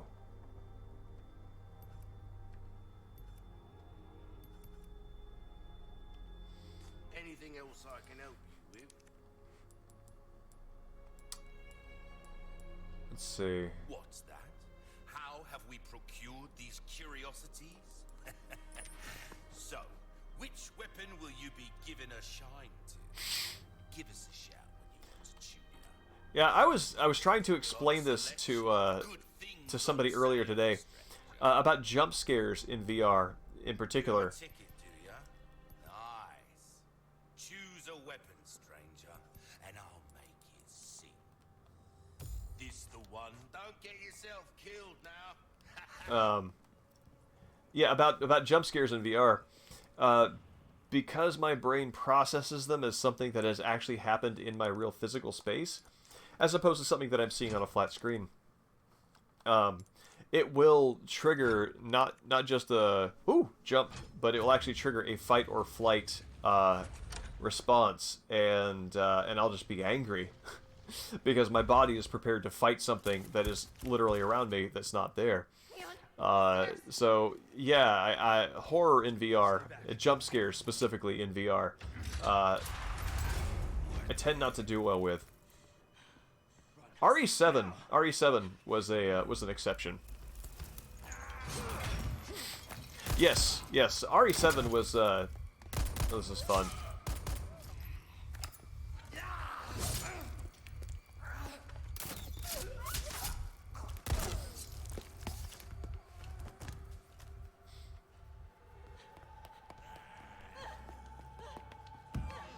Leon's John Woo, or John Wick moment, rather. But yeah, RE7 VR works for me. And I actually did a little test to see why the jump scares in that game don't upset me as much as jump scares in others. And I think a lot of it has to do with the distance away from my face that the jump scares are. I did a side-by-side comparison. There's this one scene where you're crawling around in a cellar, and Marguerite is chasing you. The lights go out, and then the jump scares, the lights come on suddenly, and Marguerite's like right there in your face. And so I played through that scene and recorded it in flat screen mode. When the light comes on, she's like right here in front of the camera, right? It's very uncomfortable and encroaching. In VR, she's about this distance away. So, granted, your mileage may vary depending on whether or not you are leaned back on your couch from wherever the camera thinks your starting position is. But in general, the jump scares in that put the faces far enough away from mine that I can register the alarm without having the fight or flight reflex triggered. It's very interesting, especially compared to, what was that game made by Supermassive? The folks who, it was in the same universe as that Choose Your Own Adventure summer camp horror game. um, whose name escapes me. Anyway, it was set in like an asylum, and there's a jump scare where somebody flashes like right in front of your face, with a really scary expression, and that made me very angry. It made me very angry because it actually felt like somebody was getting up in my personal space rather than just my theoretical space.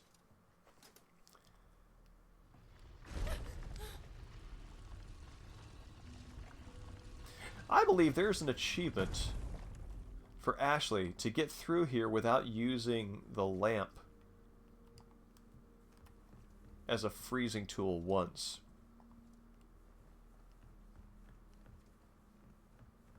Don't scare me like See if I can do that.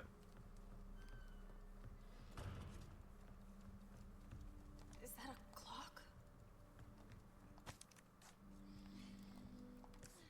Okay. So there are 3 treasures that I need to get with Ashley only. And I need the key ring that she gets to do it.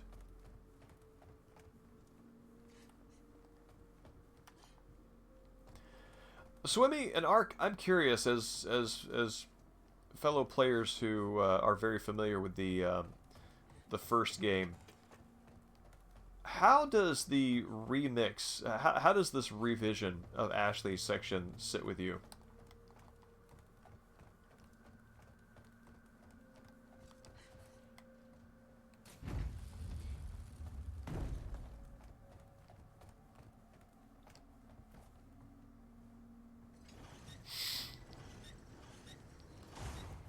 A hidden staircase?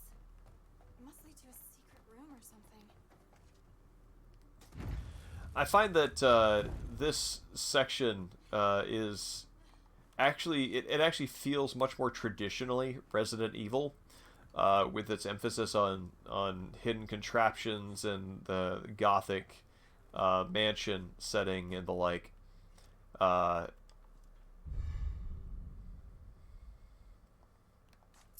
Keys.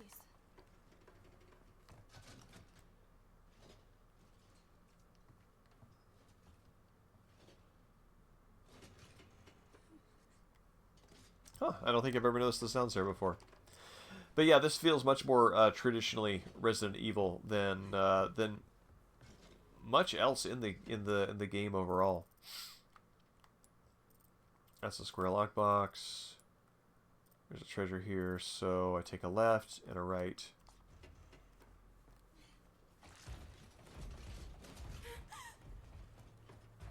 No way.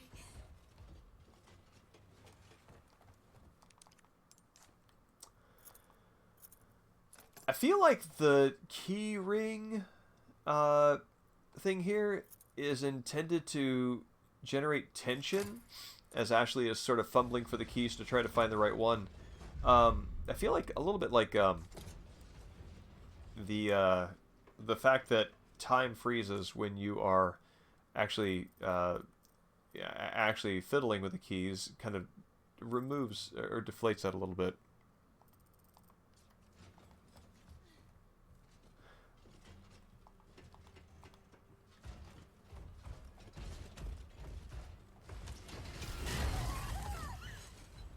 Like this right here. This is definitely meant to be Which one is it? scary time.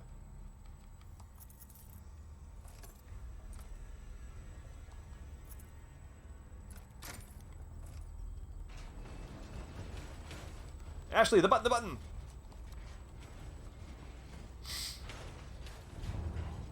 Whew. All right, Time Zombie. It's great to talk to you. We should catch up. We should catch up more later. So hit me up over Discord. We'll set some time to talk. Yeah, have a good night.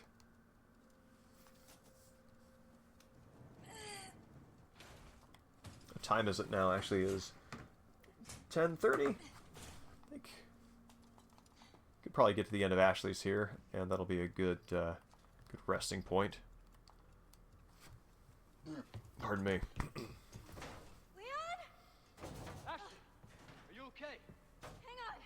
I'll figure something out.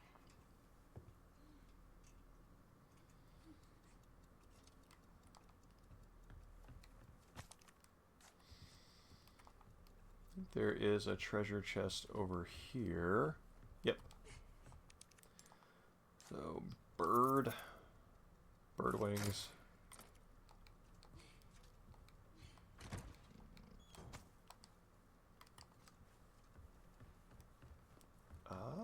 What is this? 712.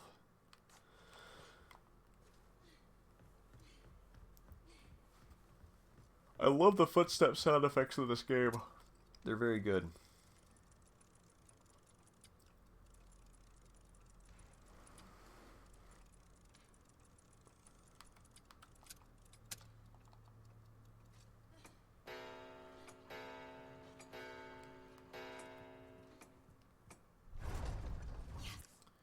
Alright, so that treasure is square lockbox. I know I saw another clock like this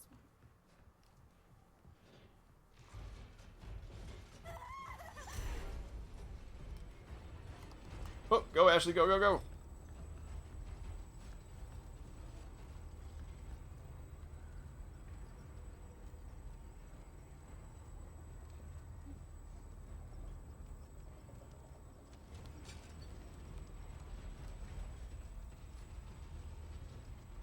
Still over here?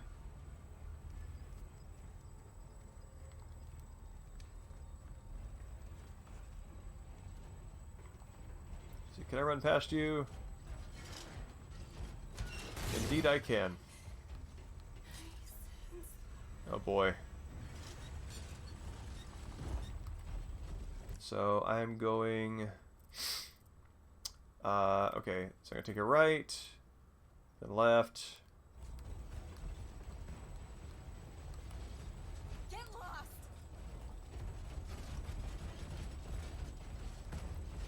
Don't look back! Don't look back! And then it's 7 o'clock.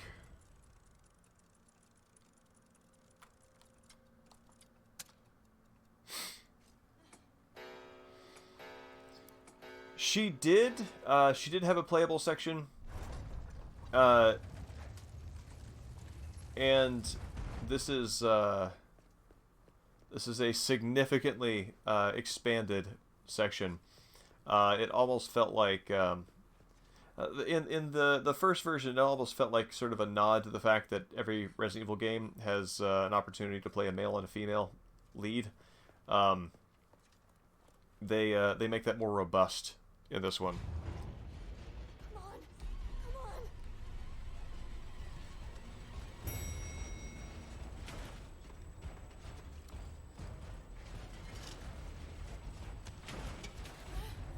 Later, nerd. Thank God. I am done with her.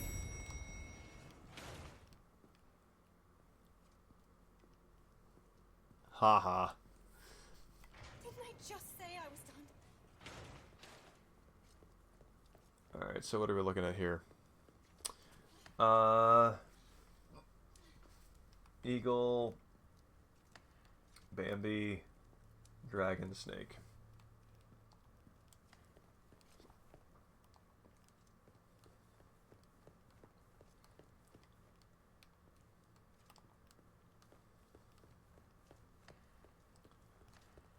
So there's Snake. Oh, that's just all 4, so I gotta hit 4 of them. So, okay, plan of attack. I can hit that one. Then this one.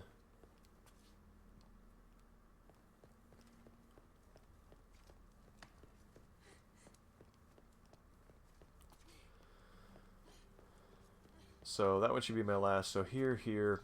Okay, alright, I'm gonna zigzag. Yeah, it does. I agree.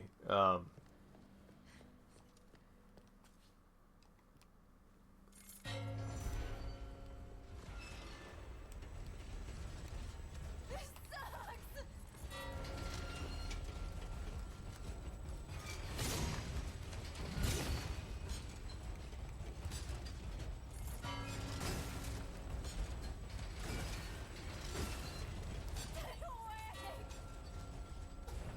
Oh man, which way was the camera pointing? Ah, so close.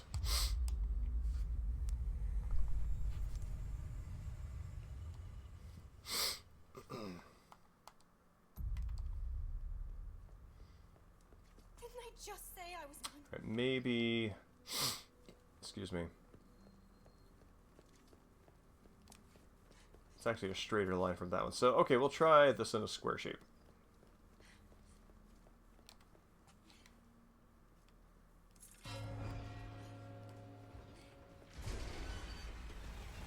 This sucks! Oh, wow. I took that one right on the skull. That's a very good point. Didn't I just say I was done?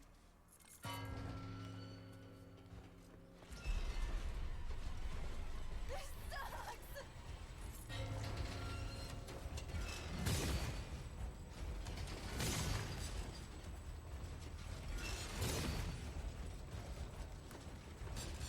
Oh, whoops. Wrong way around. Well, maybe I'll get out of here. Probably not.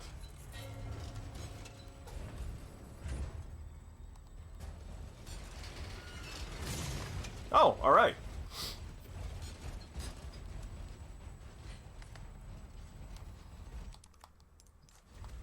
Go, Ashley, go.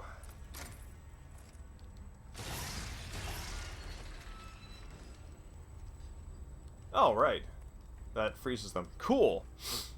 Then I got that.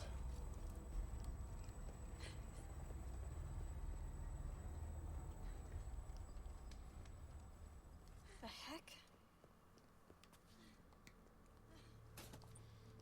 Okay, so Starship Light.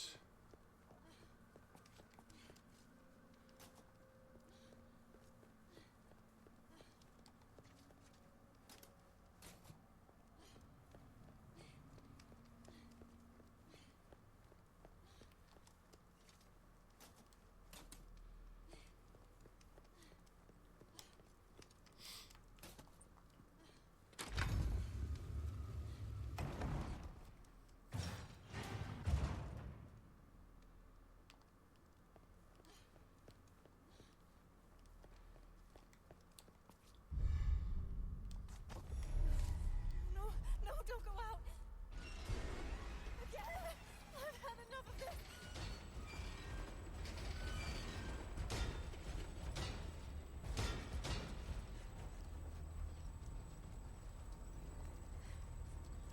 This is a good escape sequence. I like how this is orchestrated very much. Stay still.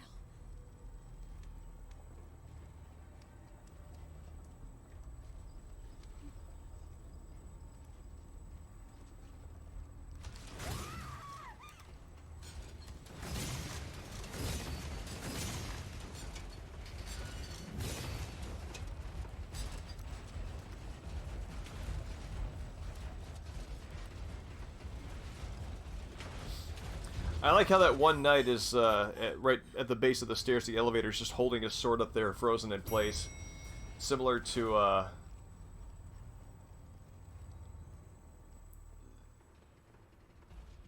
the traps that they had in the original one.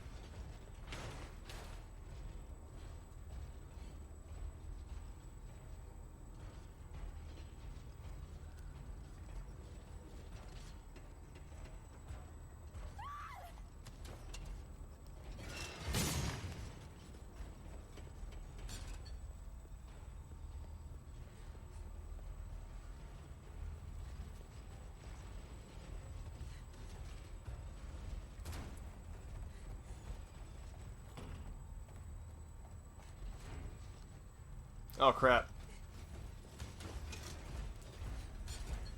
Okay, good. Almost there.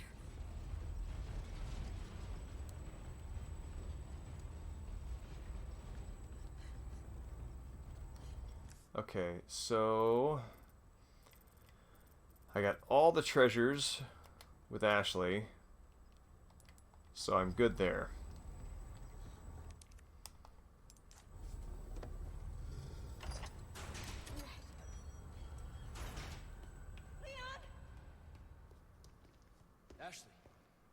all right? Yeah. Give me a sec. I'll get you out.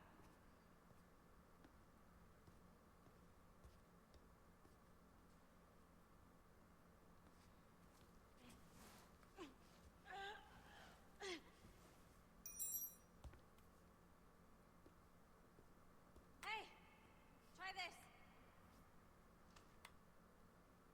Can you make it down?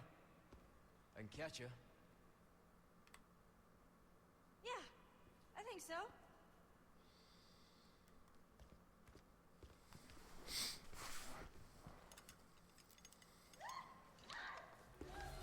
Ashley! I don't think we ever get to see what happens to the second of these enemies. Because Salazar's got two of them, his right hand and whoever the other guy is. And I'm pretty sure, I'm guessing, that when they do the Separate Ways DLC with Ada, that's going to be its own boss fight. Yes! Got it.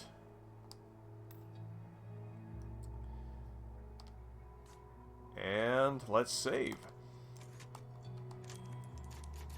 Cool. Well, that brings us to the end of the stream for the night. So, Dan, it's awesome to see you. I'm actually surprised, happily surprised that you're here to the end of the stream. We often lose you after the first hour. So it's good to see you around.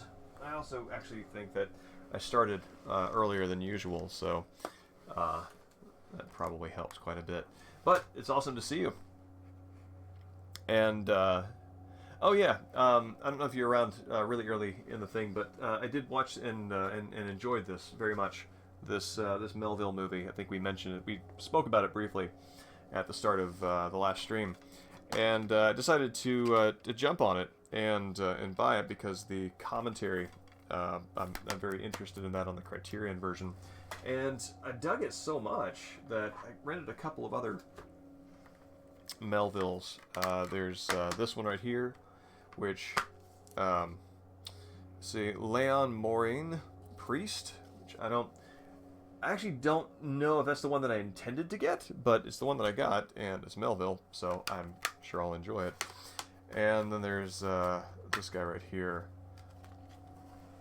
the Cercle Rouge, the red circle, and that's a Criterion Collection Blu-ray. So that's very cool. Not Bob Le Flambeur.